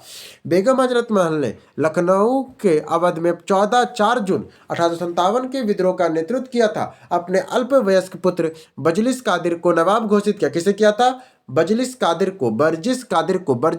को। लखनऊ के विद्रोह को अंग्रेज अधिकारी कैंपेबल ने दबा दिया। किसने दबाया था लखनऊ को? कैंपेबल ने मार्च 1858 को दबा दिया। बेगम हजरत महल अंततः नेपाल चली गई और उनकी मृत्यु हो गई। रानी लक्ष्मीबाई झांसी और ग्वालियर में नेतृत्व किया और हेमरूज से पराजित किया था। तात्या टोपे रामचंद्र पांडुरंग नाना साहेब के सेनापति थे और उन्होंने कानपुर और ग्वालियर से नेतृत्व किया था। कुंवर सिंह जगदीशपुर बिहार में 80 वर्ष की उम्र में अंग्रेजों को कई बार हराया था। विलियम टेलर और विसेंट आयर ने विद्रोह को दबाया था। कानपुर में नाना साहेब धोधू पंत ने नेतृत्व किया था। यह सती चौरा घाट की घटना थी। दिल्ली में प्रतीकात्मक नेतृत्व बहादुर शाह जफर ने और वास्तविक नेतृत्व वक्त वक्त वक्त खान ने किया था। फैजाबाद में मौलवी अहमदुल्ला और इलाहाबाद में लियाकत अली ने नेतृत्व किया था। निम्नलिखित में से कौन सा सही सुमेलित है? तो इब्न बतूता मोहम्मद बिन तुगलक के समय आया था। इब्न बतूता मोरक्को का यात्री 1333 में मोहम्मद बिन तुगलक के दरबार में आया था। सुल्तान ने उसे दिल्ली का काजी नियुक्त किया और 1342 में अपना दूत बनाकर चीन भेजा था। इब्न बतूता प्रसिद्ध पुस्तक रेहला है जो अरबी भाषा में है। फायान के चंद्रगुप्त द्वितीय विक्रमादित्य के शासनकाल में 399 से लेकर 414 में आया था। हैंड हर्षवर्धन के शासनकाल में 629 से 645 में आया था, जिसकी पुस्तक CU की थी। मैग्नेसी चंद्रगुप्त मौर्य के दरबार में सेलुकस निकोटस का राजदूत था, उसकी पुस्तक इंडिका है। अलबरूनी किताबुल हिंद हिंदवी गणराज्य के साथ भारत आया था। मोहम्मद गजनवी के साथ भारत आया था। कौन आया था? मोहम्मद गजनवी के साथ अलबरूनी आया था, जो किताबुल हिंद का है। फिर नियोलो काटे इटली का देवराय प्रथम के शासनकाल में विजयनगर आया था। डियोगो पायस बारबोसा कृष्णदेवराय के दरबार में आया था। थियोसिकल सोसाइटी की स्थापना किसने की थी? जो थियोसिकल सोसाइटी है, इसकी स्थापना किसने की थी? मैडम ब्लावत्स्की और कर्नल आर्केट ने किया था। कर्नल ऑलकेट ने किया था। थियोसिकल सोसाइटी थियोसिकल सोसाइटी की स्थापना 1875 में न्यूयॉर्क USA में मैडम HP ब्लावत्स्की और कर्नल HL ऑलकेट ने किया था। भारत में इसका मुख्यालय 1882 में RDR मद्रास में स्थापित हुआ। कब हुआ? 1882 में RDR मद्रास में स्थापित हुआ। एनी बेसेंट ने 1879 में इसके सदस्य बनी और 1907 में अध्यक्ष भी बनी थी। एनी बेसेंट 1898 में वाराणसी के सेंट्रल हिंदू कॉलेज की स्थापना की, जो बाद में 1916 में BHU बना था। एनी बेसेंट 1917 में भारतीय राष्ट्रीय कांग्रेस की पहली महिला अध्यक्ष बनी थी। कलकत्ता अधिवेशन में इस आंदोलन का उद्देश्य प्राचीन हिंदू धर्म दर्शन और योग को पुनर्जीवित करना था। न्यू इंडिया और कॉमनवेल्थ एनी बेसेंट के प्रमुख समाचार पत्र थे। तिलक ने एनी बेसेंट ने 1916 में भारत के होम रूल लीग के आंदोलन शुरू किया था। माउंट किलिमंजारो किस देश में स्थित है? तो तंजानिया में है। क्या कहता है यह देखिए, माउंट किलिमंजारो 5895 मीटर अफ्रीकी महाद्वीप की सबसे ऊंची पर्वत चोटी है। यह तंजानिया के उत्तर पूर्वी भाग और केनिया सीमा के पास स्थित है। यह एक सुश्रुत ज्वालामुखी है जिसके 3 शंकु है, किब्रो, मवेजी और सिरा। यह दुनिया का सबसे ऊंचा मुक्त खड़ा पर्वत है। माउंट एब्रोस रूस यूरोप में सबसे बड़ी चोटी है। माउंट केजियोस्की ऑस्ट्रेलिया में ऑस्ट्रेलिया महाद्वीप की सबसे ऊंची चोटी है। माउंट एकागुआ अर्जेंटीना दक्षिण अमेरिका एड्रिस पर्वतमाला की सबसे ऊंची चोटी है। माउंट मैकाले डेनाली अलास्का उत्तरी अमेरिका की सबसे ऊंची चोटी है, जबकि माउंट विल्सन मैसेज अटलांटिका की सबसे ऊंची चोटी है। डाउन्स घास के मैदान कहाँ पाए जाते हैं? तो ये ऑस्ट्रेलिया में पाए जाते हैं। डाउन्स ऑस्ट्रेलिया में पाए जाने वाला शीतोष्ण कटिबंध घास का मैदान है। यह क्षेत्र मर्रे और डार्लिंग बेसिन में स्थित है और यह गेहूं की खेती और भाड़े भेड़ पालन मेलिलो ऊन के लिए प्रसिद्ध है। वेल्ड दक्षिण अफ्रीका शीतोष्ण घास का मैदान है, जबकि पंपास अर्जेंटीना उरुग्वे दक्षिण अमेरिका के घास के मैदान इसे अर्जेंटीना का हृदय कहते हैं। जबकि पेरी उत्तरी अमेरिका USA कनाडा घास के मैदान इसे विश्व की रोटी की टोकरी कहते हैं। पेरी को विश्व की रोटी की टोकरी कहते हैं। स्टेप्स क्या है? तो यूरेशिया यूरोप और एशिया में घास के मैदान या जो काली मिट्टी पाई जाती है। कैरेंटबरी न्यूजीलैंड का घास का मैदान है। सवाना अफ्रीकी उष्णकटिबंधीय घास का मैदान है। लानोस वेनेजुएला और कोलंबिया में उष्णकटिबंधीय घास का मैदान है। फिर आता है सूची 1 और सूची 2 को मिलाना है, तो चलिए मिलाते हैं। डर मिलाता है। जिब्राल्टर जलमंडरू मध्य यूरोप स्पेन और अफ्रीका मोरक्को को अलग करता है, जिसे भूमध्य सागर की कुंजी की ऑफ द मैरीटाइन कहते हैं। मलक्का जलमंडरू मलय प्राय द्वीप और सुमात्रा द्वीप इंडोनेशिया के बीच है। यह अंडमान सागर और दक्षिण चीन सागर या जावा सागर को जोड़ता है। बेरिंग जलमंडरू मध्य अलास्का और रूस को अलग करता है और अंतर्राष्ट्रीय तिथि रेखा इंटरनेशनल डेट लाइन इसके समानांतर गुजरती है। हार्मुज जलमंडरू फारस की खाड़ी और ओमान की खाड़ी को जोड़ता है। यह तेल व्यापार के लिए महत्वपूर्ण चोक पॉइंट है। पाक जलमंडल मध्य भारत, तमिलनाडु और श्रीलंका को अलग करता है और बंगाल की खाड़ी और मन्नार की खाड़ी को जोड़ता है। सुंडा जलमंडल मध्य जावा और सुमात्रा द्वीपों इंडोनेशिया के बीच स्थित है। बास्पोपरस जलमंडल मध्य काला सागर और मरमरा सागर को जोड़ता है। डोवर जलमंडल मध्य इंग्लैंड और फ्रांस को अलग करता है और इंग्लिश चैनल के उत्तरी सागर को जोड़ता है। फिर आता है ओटावा की जल संधि। कौन सा है? ओटावा की जल संधि कनाडा में स्थित है। ओटावा जल संधि बोले, ओटावा किसकी राजधानी है? तो कनाडा की राजधानी है। ओटावा कनाडा की राजधानी है जो ऑस्ट्रियो प्रांत में स्थित है।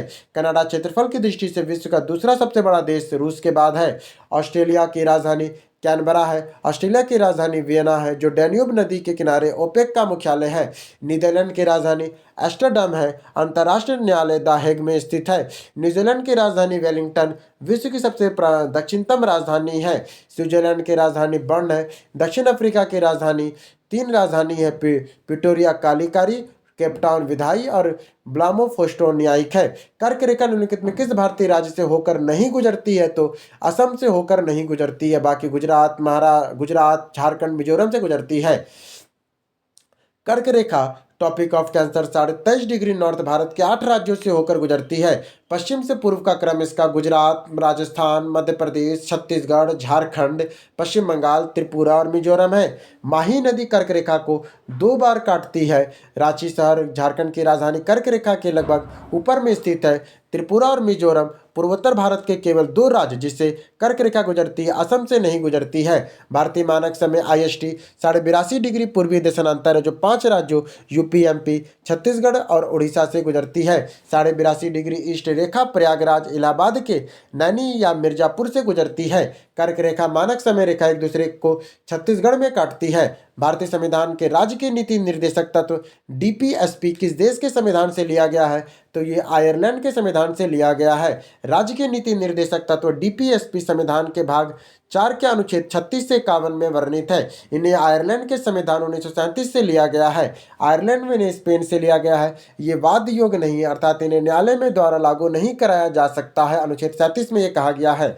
BR अम्बेडकर ने इन्हें संविधान की अनोखी विशेषता नोबल फीचर कहा था। ग्रीनविल ऑस्टिन ने DPSP और मौलिक अधिकारों को संविधान की अंतरात्मा, कॉन्सेंस ऑफ द कॉन्स्टिट्यूशन कहा था। अनुच्छेद 40 ग्राम पंचायत का गठन, 44 समान नागरिक संहिता, 50 कार्यपालिका का न्यायपालिका से पृथकीकरण, 51 अंतर्राष्ट्रीय शांति और सुरक्षा को बढ़ावा देना। किस अधिनियम ने भारत में पहली बार संघ न्यायालय फेडरल कोर्ट की स्थापना किया था? तो भारत सरकार अधिनियम 1935 ने किया था। भारत में संघ न्यायालय की स्थापना 1 अक्टूबर 1937 को भारत सरकार अधिनियम 1935 के तहत दिल्ली में की गई थी। सर मैरियर गारवेर, कौन क्या है? सर मैरिस गारवेयर इसके पहले मुख्य न्यायाधीश बने थे। यह न्यायालय अपीलीय अधिकार क्षेत्र रखता था, लेकिन अंतिम अपील लंदन स्थित पीवी काउंसिल में होता था। भारत का वर्तमान सर्वोच्च न्यायालय 28 जनवरी 1950 को अस्तित्व में आया, जिसका संघ न्यायालय का स्थान लिया था। 1935 के अधिनियम ने प्रांतों में द्वैध शासन को समाप्त कर प्रांतीय स्वायत्ता लागू की थी।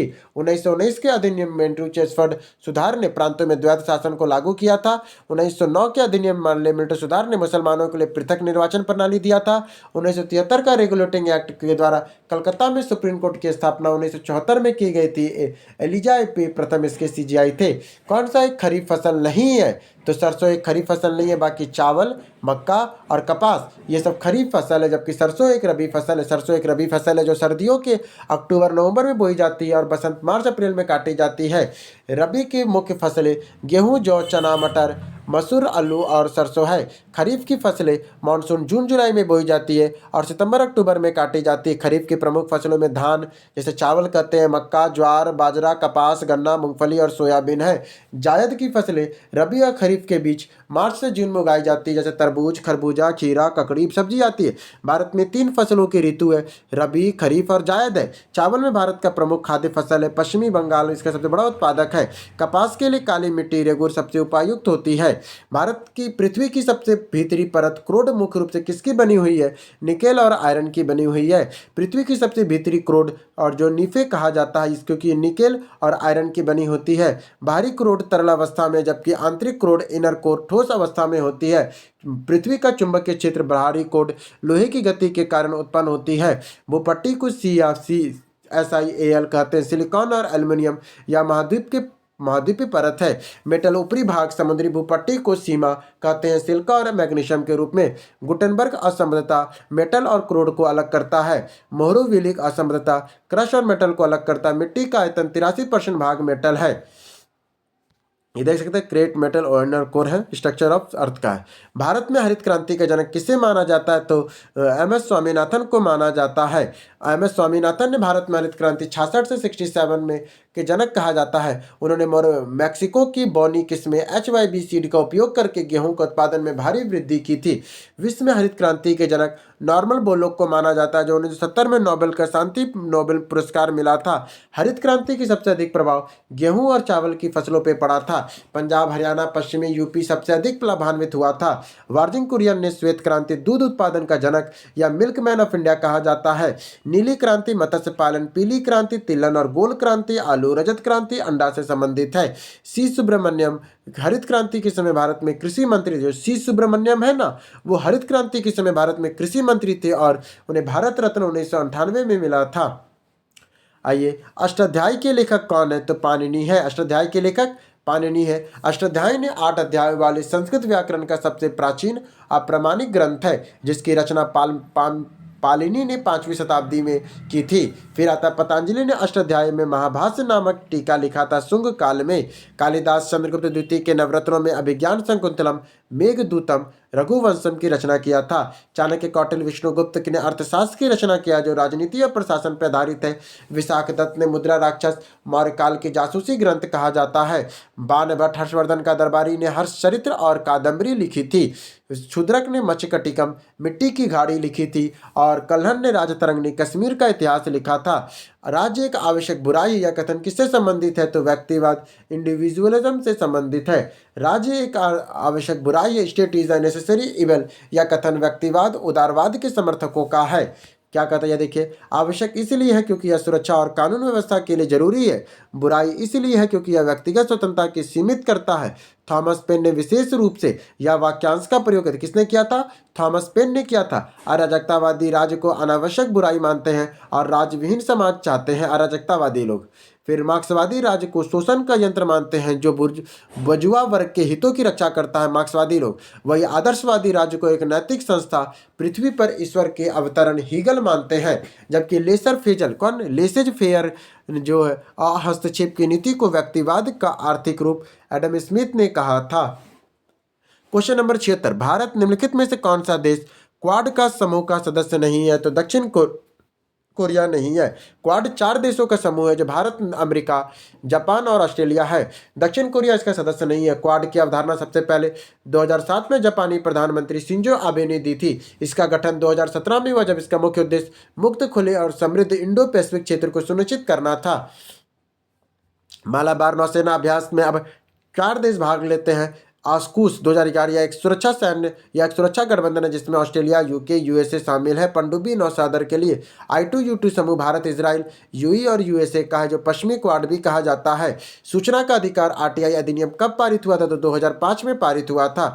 सूचना का अधिकार RTI अधिनियम संसद द्वारा 15 जून 2005 को पारित हुआ और 12 अक्टूबर 2005 को पूरी तरह से लागू हुआ। यह सूचना की स्वतंत्र अधिनियम 2002 का स्थान लिया था। यह जम्मू कश्मीर तब छोड़कर पूरे भारत में लागू था, अब पूरे भारत में लागू है। इसका उद्देश्य प्रशासन में पारदर्शिता और जवाबदेही लाना था।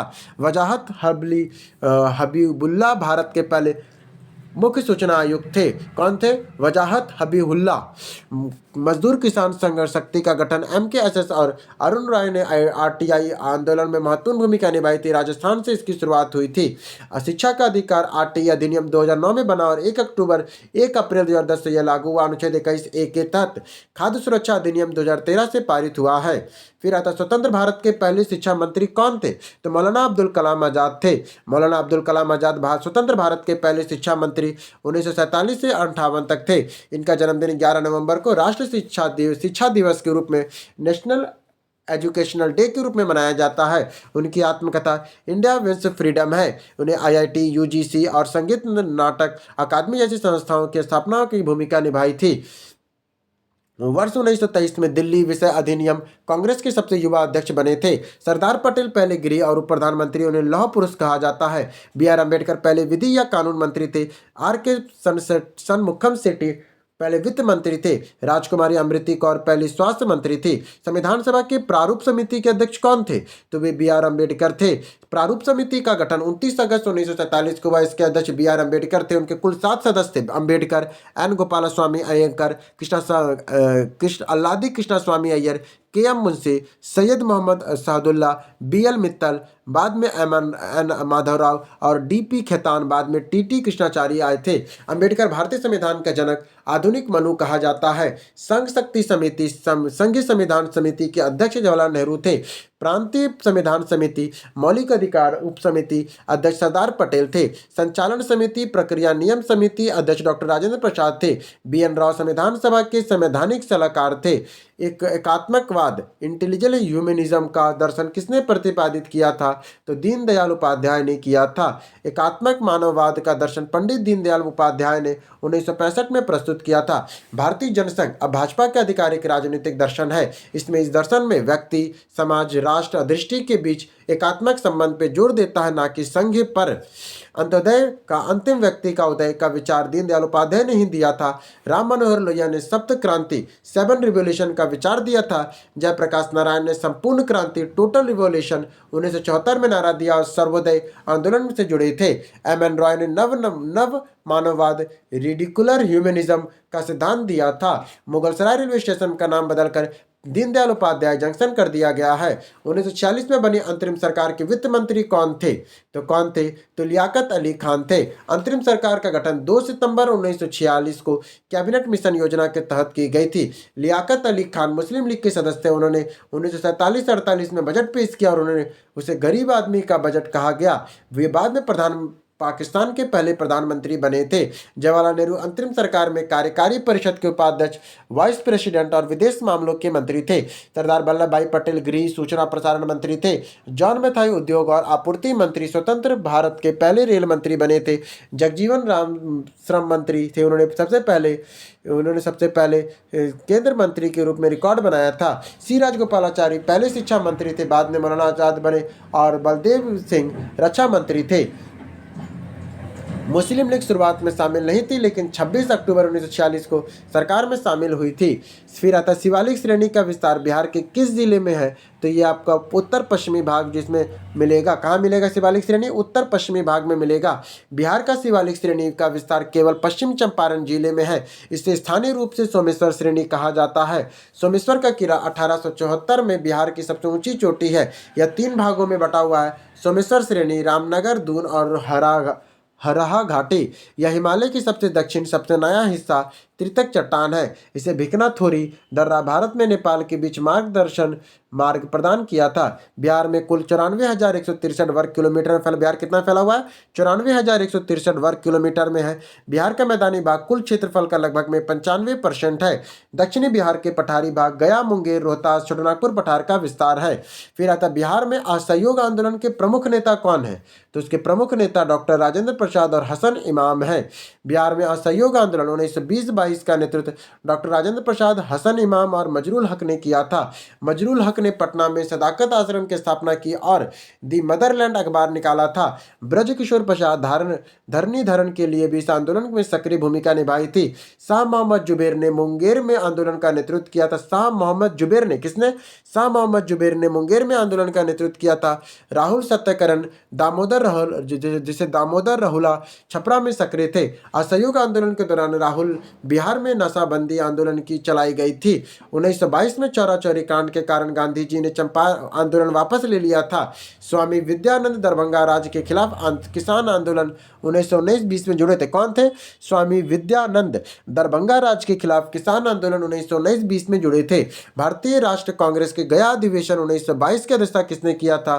तो वो किसने किया था? चित्तरंजन दास, सी.आर. दास ने किया था। गया 1922 का गया अधिवेशन बिहार में आयोजित कांग्रेस का दूसरा अधिवेशन, पहला 1912 के बांकीपुर आर.एन. मंडुलकर ने किया था। सी.आर. दास, जिसे देशबंधु कहते हैं, इस अधिवेशन में काउंसिल एंट्री का प्रस्ताव रखा जो पारित नहीं हुआ था। इसके विरोध में सी.आर. दास और मोतीलाल नेहरू ने 1 जनवरी 1923 को 1 जनवरी 1923 को स्वराज पार्टी की स्थापना किया। गया अधिवेशन में परिवर्तनवादी प्रो चेंजेस, अपरिवर्तनवादी नो चेंजेस गुट उभरे थे। डॉक्टर राजेंद्र प्रसाद गया अधिवेशन में स्वागत समिति के सचिव थे। 1940 में कांग्रेस अधिवेशन रामगढ़ अब झारखंड में हुआ था। इसके अध्यक्ष मौलाना अब्दुल कलाम आजाद ने की थी। CR दास सुभाष चंद्र बोस के राजनीतिक गुरु थे और महात्मा गांधी केवल एक बार 1924 में बेलग्राम कांग्रेस अधिवेशन की अध्यक्षता की थी। 85 नंबर, निम्नलिखित में से कौन सा जोड़ा सही सुमेलित नहीं है? तो कौन कौन है? चिल्का उड़ीसा में है, लोनार महाराष्ट्र में है, वेबनाड केरल में है, पर जो केलुरु है, जो आपका केलुरु झील है, वो आंध्र प्रदेश के कृष्णा और गोदावरी नदी के डेल्टा के बीच मीठे पानी की झील है। चिल्का झील उड़ीसा में भारत की सबसे खारे पानी की लेगून झील है, रामसर साइट है। लोनार झील महाराष्ट्र का क्रेटर झील है जो उल्का पिंड के गिरने से बनी है, इसका पानी गुलाबी हो गया है। वेबनाड झील केरल में है, भारत का सबसे लंबा झील है। या ओनम पर नेहरू ट्रॉफी की नौका दौड़ होती है। पुलिकट झील आंध्र प्रदेश और तमिलनाडु की सीमा पर स्थित खारे पानी की झील श्रीहरिकोटा द्वीप यहीं पर है। लोकटक झील मणिपुर पूर्वोत्तर भारत में सबसे बड़ी मीठे पानी की झील है जो तैरता हुआ राष्ट्रीय उद्यान केबुल लामजाओ में है। सांबर झील राजस्थान भारत की सबसे बड़ी अंतर्देशीय खारे पानी की झील है। वुलर झील भारत की सबसे बड़ी मीठे पानी की झील है। सुंदरवन डेल्टा का निर्माण कौन सी नदियां करती है? तो गंगा और ब्रह्मपुत्र करती है। सुंदरबन डेल्टा भारत का सबसे बड़ा नदी डेल्टा है जो भारत के पश्चिम बंगाल और बांग्लादेश में फैला है। यह पद्मा, ब्रह्मपुत्र, जमुना और मेघना नदी के संगम पर बनता है। यह सुंदरी नामक मैंग्रोव वृक्ष बहुतायत में पाए जाते हैं जिसका नाम अब सुंदरबन पड़ा है। यह रॉयल बंगाल टाइगर की प्राकृतिक आवास है जिसे और यूनेस्को के विश्व धरोहर स्थल है। नर्मदा और तापी नदियां डेल्टा नहीं बनाती है बल्कि एस्चुरी ज्वालांतमुख बनाती है। गोदावरी और कृष्णा नदियां मिलकर भारत का दूसरा सबसे बड़ा डेल्टा बनाती है। माजुली असम ब्रह्मपुत्र में स्थित विश्व का सबसे बड़ा नदी द्वीप है। गंगा की लंबाई 2525 किलोमीटर, भारत की सबसे लंबी नदी है। भारतीय वनस्पति सर्वेक्षण बायोटेनिक सर्वे ऑफ इंडिया का मुख्यालय कहाँ पर है? तो कलकत्ता में है। भारतीय वनस्पति सर्वेक्षण BSI की स्थापना 1890 में हुई थी और इसका मुख्यालय कलकत्ता, हावड़ा, शिवपुर में है। यह देश के पादप संसाधनों का सर्वेक्षण और पहचान करता है। भारतीय प्राणी सर्वेक्षण geology survey of India ZSI का मुख्यालय अब भी कलकत्ता में है, स्थापना 1916 में हुआ। भारतीय वन सर्वेक्षण FCI forest survey of India FCI का मुख्यालय देहरादून में है। यह वन स्थिति रिपोर्ट ISFR जारी करता है। भारतीय सर्वेक्षण विभाग सर्वे ऑफ इंडिया का मुख्यालय भी देहरादून में है। 1967 में सबसे पुराना वैज्ञानिक विभाग था। राष्ट्रीय पर्यावरण अभियांत्रिकी अनुसंधान संस्थान नीरी नागपुर में स्थित है। केंद्रीय चावल अनुसंधान संस्थान सीरी कटक उड़ीसा में है। भारतीय कृषि अनुसंधान परिषद ICR नई दिल्ली में है। मौर्य वंश का अंतिम शासक कौन था? तो वृहद्रथ था। मौर्य वंश का अंतिम शासक वृहद्रथ था। इसकी हत्या उसके सेनापति पुष्पमित्र शुंग ने 185 ईसा पूर्व में की थी। पुष्पमित्र शुंग ने इसके बाद शुंग वंश की स्थापना की। यह पहला ब्राह्मण राजवंश था। मौर्य वंश की स्थापना चंद्रगुप्त मौर्य ने 322 से लेकर 298 ईसा पूर्व में की थी। इसे चाणक्य, जिसने चाणक्य की मदद से धनानंद को हराया था। अशोक 268 से 322 ईसा पूर्व में 261 ईसा पूर्व में कलिंग युद्ध लड़ा और बौद्ध धर्म को अपनाया था। दशरथ अशोक का पोता ने बिहार में गया में नागार्जुनी गुफाएं आजीवक संप्रदाय को दान की थी। मौर्य काल में शिक्षा का सबसे प्रसिद्ध केंद्र तक्षशिला था। मुद्रा राक्षस विशाखदत्त इंडिका मेघना स्थित मौर्य इतिहास के प्रमुख स्रोत है। सुदर्शन झील गुजरात का निर्माण चंद्रगुप्त मौर्य के गवर्नर पुष्पगुप्त ने करवाया था। नीलगिरी और अन्नामलई पहाड़ियों के बीच कौन सा दर्रा स्थित है? तो वो पाल घाट स्थित है। पाल घाट दर्रा नीलगिरी पहाड़ी और अन्नामलई पहाड़ी दक्षिण के बीच स्थित है। यह केरल, कोची और पलक्कड़ को तमिलनाडु, कोयम्बटूर, चेन्नई से जोड़ता है। नीलगिरी पहाड़ियों को ब्लू माउंटेन कहा जाता तथा इसकी ऊंची चोटी दो बेटा भी थी। दक्षिण भारत की सबसे ऊंची चोटी अनायमुड़ी अन्नामलई पहाड़ियों में है। थालघाट मुंबई, नासिक और भोरघाट मुंबई, पुणे, महाराष्ट्र के पश्चिमी घाट में स्थित है। सेनकोटा दर्रा इलायची पहाड़ी में स्थित और तिरुवनंतपुरम मदुरई से जोड़ता है, जबकि पश्चिमी घाटी सह्याद्री पूर्वी घाट के मिलन स्थल नीलगिरी की पहाड़ियां हैं। शांत घाटी राष्ट्रीय उद्यान नीलगिरी बायोस्फीयर रिजर्व का हिस्सा है।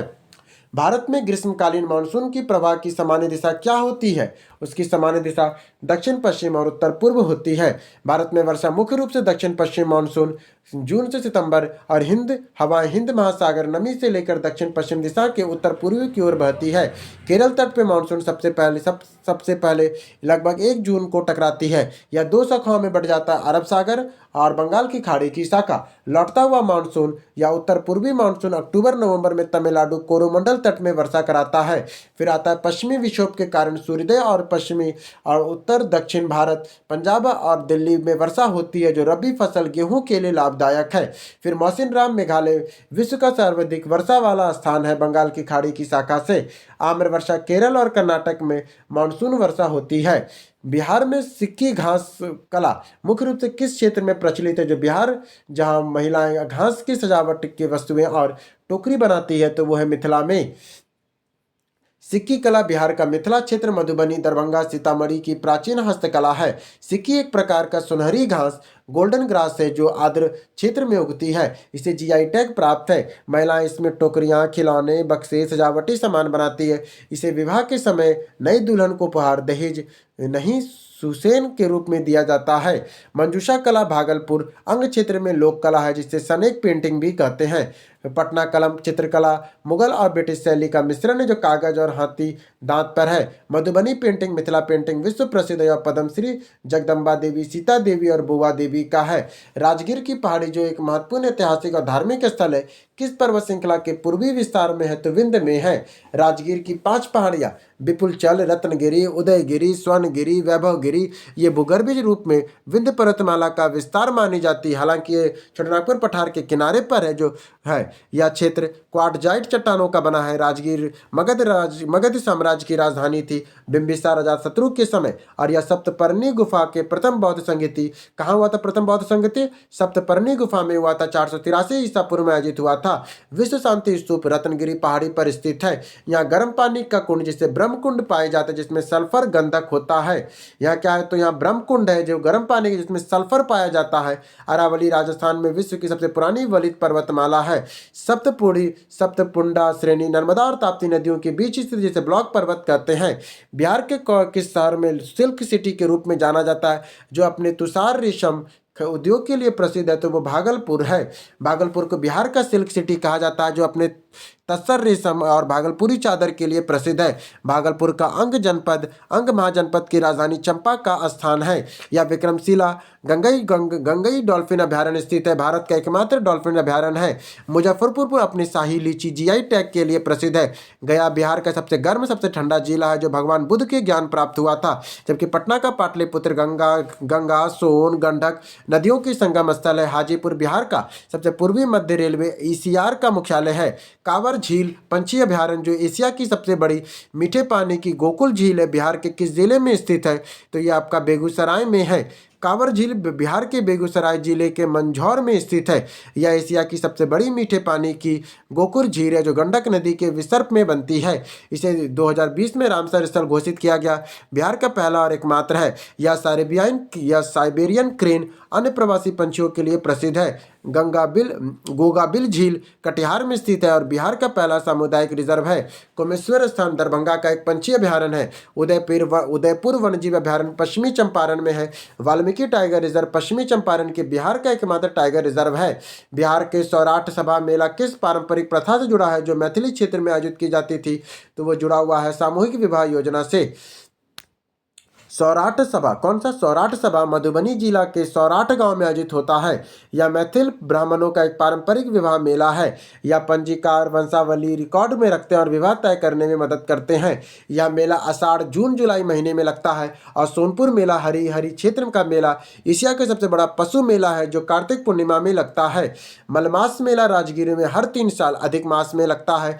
पितृपक्ष मेला गया में आयोजित होता है, जो पूर्वजों के पिंडदान के लिए है। और वही सिंहेश्वर स्थान मेला मधेपुरा में शिवरात्रि पर लगता है। बिहार के देरा क्षेत्र मुख्य विशेषता क्या है? तो यह एक बाढ़ प्रवण नदीय क्षेत्र है। यह एक बाढ़ प्रवण नदीय क्षेत्र है। देरा शब्द देरा दीपक और डेरा आवास से बना है। यह गंगा और उसकी सहायक नदियों के बीच स्थित एक नदीय द्वीप रिवर आइलैंड या बाढ़ का मैदान है। यह क्षेत्र अधिक उपजाऊ जलोढ़ मिट्टी से बना है, लेकिन यह हर साल बाढ़ आती है। यह दलहन मक्का और सब्जियों की खेती प्रमुखता से होती है। ताल क्षेत्र दक्षिणी बिहार के गंगा के किनारे स्थित जलमग्न क्षेत्र मक्का और रबी फसलों के लिए प्रसिद्ध है। 4 उत्तर बिहार के पाए जाने वाली निम्न भूमि लोअड है जो पानी से भरी रहती है। उत्तर बिहार का मैदान बाढ़ के लिए, दक्षिण बिहार का मैदान सूखे के लिए जाना जाता है। भारत छोड़ो आंदोलन 1942 के दौरान पटना सचिवालय गोलीकांड में शहीद हुए 7 छात्रों का नेतृत्व किसने किया था? तो किसने किया था? उमाकांत प्रसाद सिन्हा ने किया था। पटना सचिवालय गोलीकांड 11 अगस्त 1942 को हुआ था। यह जिला मजिस्ट्रेट WG आर्चर के आदेश पर पुलिस ने झंडा फहराने की कोशिश कर रहे छात्रों पर गोली चलाई थी। 7 छात्र शहीद हुए थे। उमाकांत प्रसाद, रामानंद सिंह, सतीश प्रसाद झा, जगपति कुमार, देवीपद चौधरी, राजेंद्र सिंह और राम गोविंद सिंह। उमाकांत प्रसाद सिन्हा नरेंद्रपुर सारण के समूह का नेतृत्व कर रहे थे, जैसे ही प्रश्न में निहित है। स्वतंत्रता के बाद शहीद स्मारक बनाया गया जिसका अनावरण जवाहरलाल नेहरू ने किया था। फुलेना प्रसाद श्रीवास्तव सिवान के थाने पर झंडा फहराते हुए शहीद हुए थे। जो फुलेना प्रसाद श्रीवास्तव थे वे सिवान पे थाने पर झंडा फहराते हुए शहीद हुए थे। जयप्रकाश नारायण हजारीबाग जेल से भागकर आजाद दस्ता छापामार युद्ध का गठन किया था। बिहार में किसान आंदोलन का एक प्रमुख नेता कायानंद शर्मा 1937 से 1939 में बकासत आंदोलन का नेतृत्व कहाँ किया था? तो मुंगेर बडिहार टाल में किया था। कायानंद शर्मा ने मुंगेर जिले के बडिहार टाल बकासत भूमि के वापसी के लिए आंदोलन चलाया था। बकासत भूमि वह जमीन है जो मंदी के कारण लगान न चुका पाने पर किसानों के जमींदारों से छीन ली जाती है। स्वामी सहजानंद सरस्वती ने बिहार प्रांतीय किसान सभा 1929 में स्थापना की थी। उन्होंने 1936 में लखनऊ में अखिल भारतीय किसान सभा की स्थापना NG रंगा महासचिव ने की थी। राहुल सत्यारण ने 1939 में अंबारी छपरा में किसान आंदोलन अनावरी सत्याग्रह का नेतृत्व किया था। यदुनंदन शर्मा ने गया रेवड़ा में किसान आंदोलन का नेतृत्व किया था। राजकुमार सुर्ग ने गांधी जी के चंपारण 1917 में आने का निमंत्रण दिया था तिनकटिया प्रथा के खिलाफ। 99 नंबर, बिहार में हेराल्ड बिहार का पहला अंग्रेजी अखबार 1875 में किसने शुरू किया था? तो गुरु प्रसाद सेन ने किया था। द बिहार हेराल्ड बिहार का पहला अंग्रेजी समाचार पत्र था जो 1875 में पटना में शुरू हुआ था। इसके संस्थापक गुरु प्रसाद सेन थे जो बंगाली वकील थे। इंडियन नेशन 1931 की स्थापना दरभंगा में महाराजा कामेश्वर सिंह ने की थी। द सर्च लाइट 1918 में सच्चिदानंद सिन्हा ने हसन इमाम द्वारा शुरू किया गया। मुरली मनोहर प्रसाद इसके प्रसिद्ध संस्थापक थे। बिहार बंधु 1872 में बिहार का पहला हिंदी समाचार पत्र था केशव राम भट्ट द्वारा। मजरूल हक ने असहयोग आंदोलन के दौरान दी मदरलैंड अखबार निकाला है। मोहम्मद यूनुस बिहार के पहले प्रधानमंत्री CM थे। दी पटना टाइम्स निकाला था। अब आता 100वां और आखिरी क्वेश्चन, बिहार में व्यक्तिगत सत्याग्रह के पहले सत्याग्रही कौन थे? बिहार में व्यक्तिगत सत्याग्रह के पहले सत्याग्रही कौन थे? तो श्री कृष्ण सिंह थे। महात्मा गांधी ने अक्टूबर 1940 में व्यक्तिगत सत्याग्रह की शुरुआत की थी और 28 नवंबर 1940 को श्री कृष्ण सिंह जो बिहार के पहले सत्याग्रही बने। अनुग्रह नारायण सिंह बिहार विभूति बिहार के दूसरे बने। राष्ट्र स्तर पर पहले सत्याग्रही विनोबा भावे पवनार आश्रम से दूसरे जवाहरलाल नेहरू थे। इस आंदोलन में दिल्ली चलो आंदोलन कहा गया था। श्री कृष्ण सिंह 1937 से 61 तक मृत्यु तक बिहार के मुख्यमंत्री रहे। उन्होंने जमींदारी प्रथा को समाप्त किया था। गौरी शंकर सिंह गया के सत्याग्रह करने वाले प्रमुख नेता थे। व्यक्तिगत सत्याग्रह का उद्देश्य यह दिखाना था कि राष्ट्रवाद अभी जीवित है और कांग्रेस युद्ध वर्ल्ड वॉर सेकंड का खिलाफ है। इस तरह करके हम लोग का सेट खत्म होता है। जल्दी इसका टेस्ट इसका टेस्ट हमारे टेलीग्राम में जरूर दिएगा। हमारे टेलीग्राम में जुड़ जाइए। अगर आप लोग इतना लास्ट तक रुकते हैं तो कमेंट में जरूर बताइएगा ना। मुझे तो उम्मीद नहीं कि कोई रुकता है। चलिए, धन्यवाद।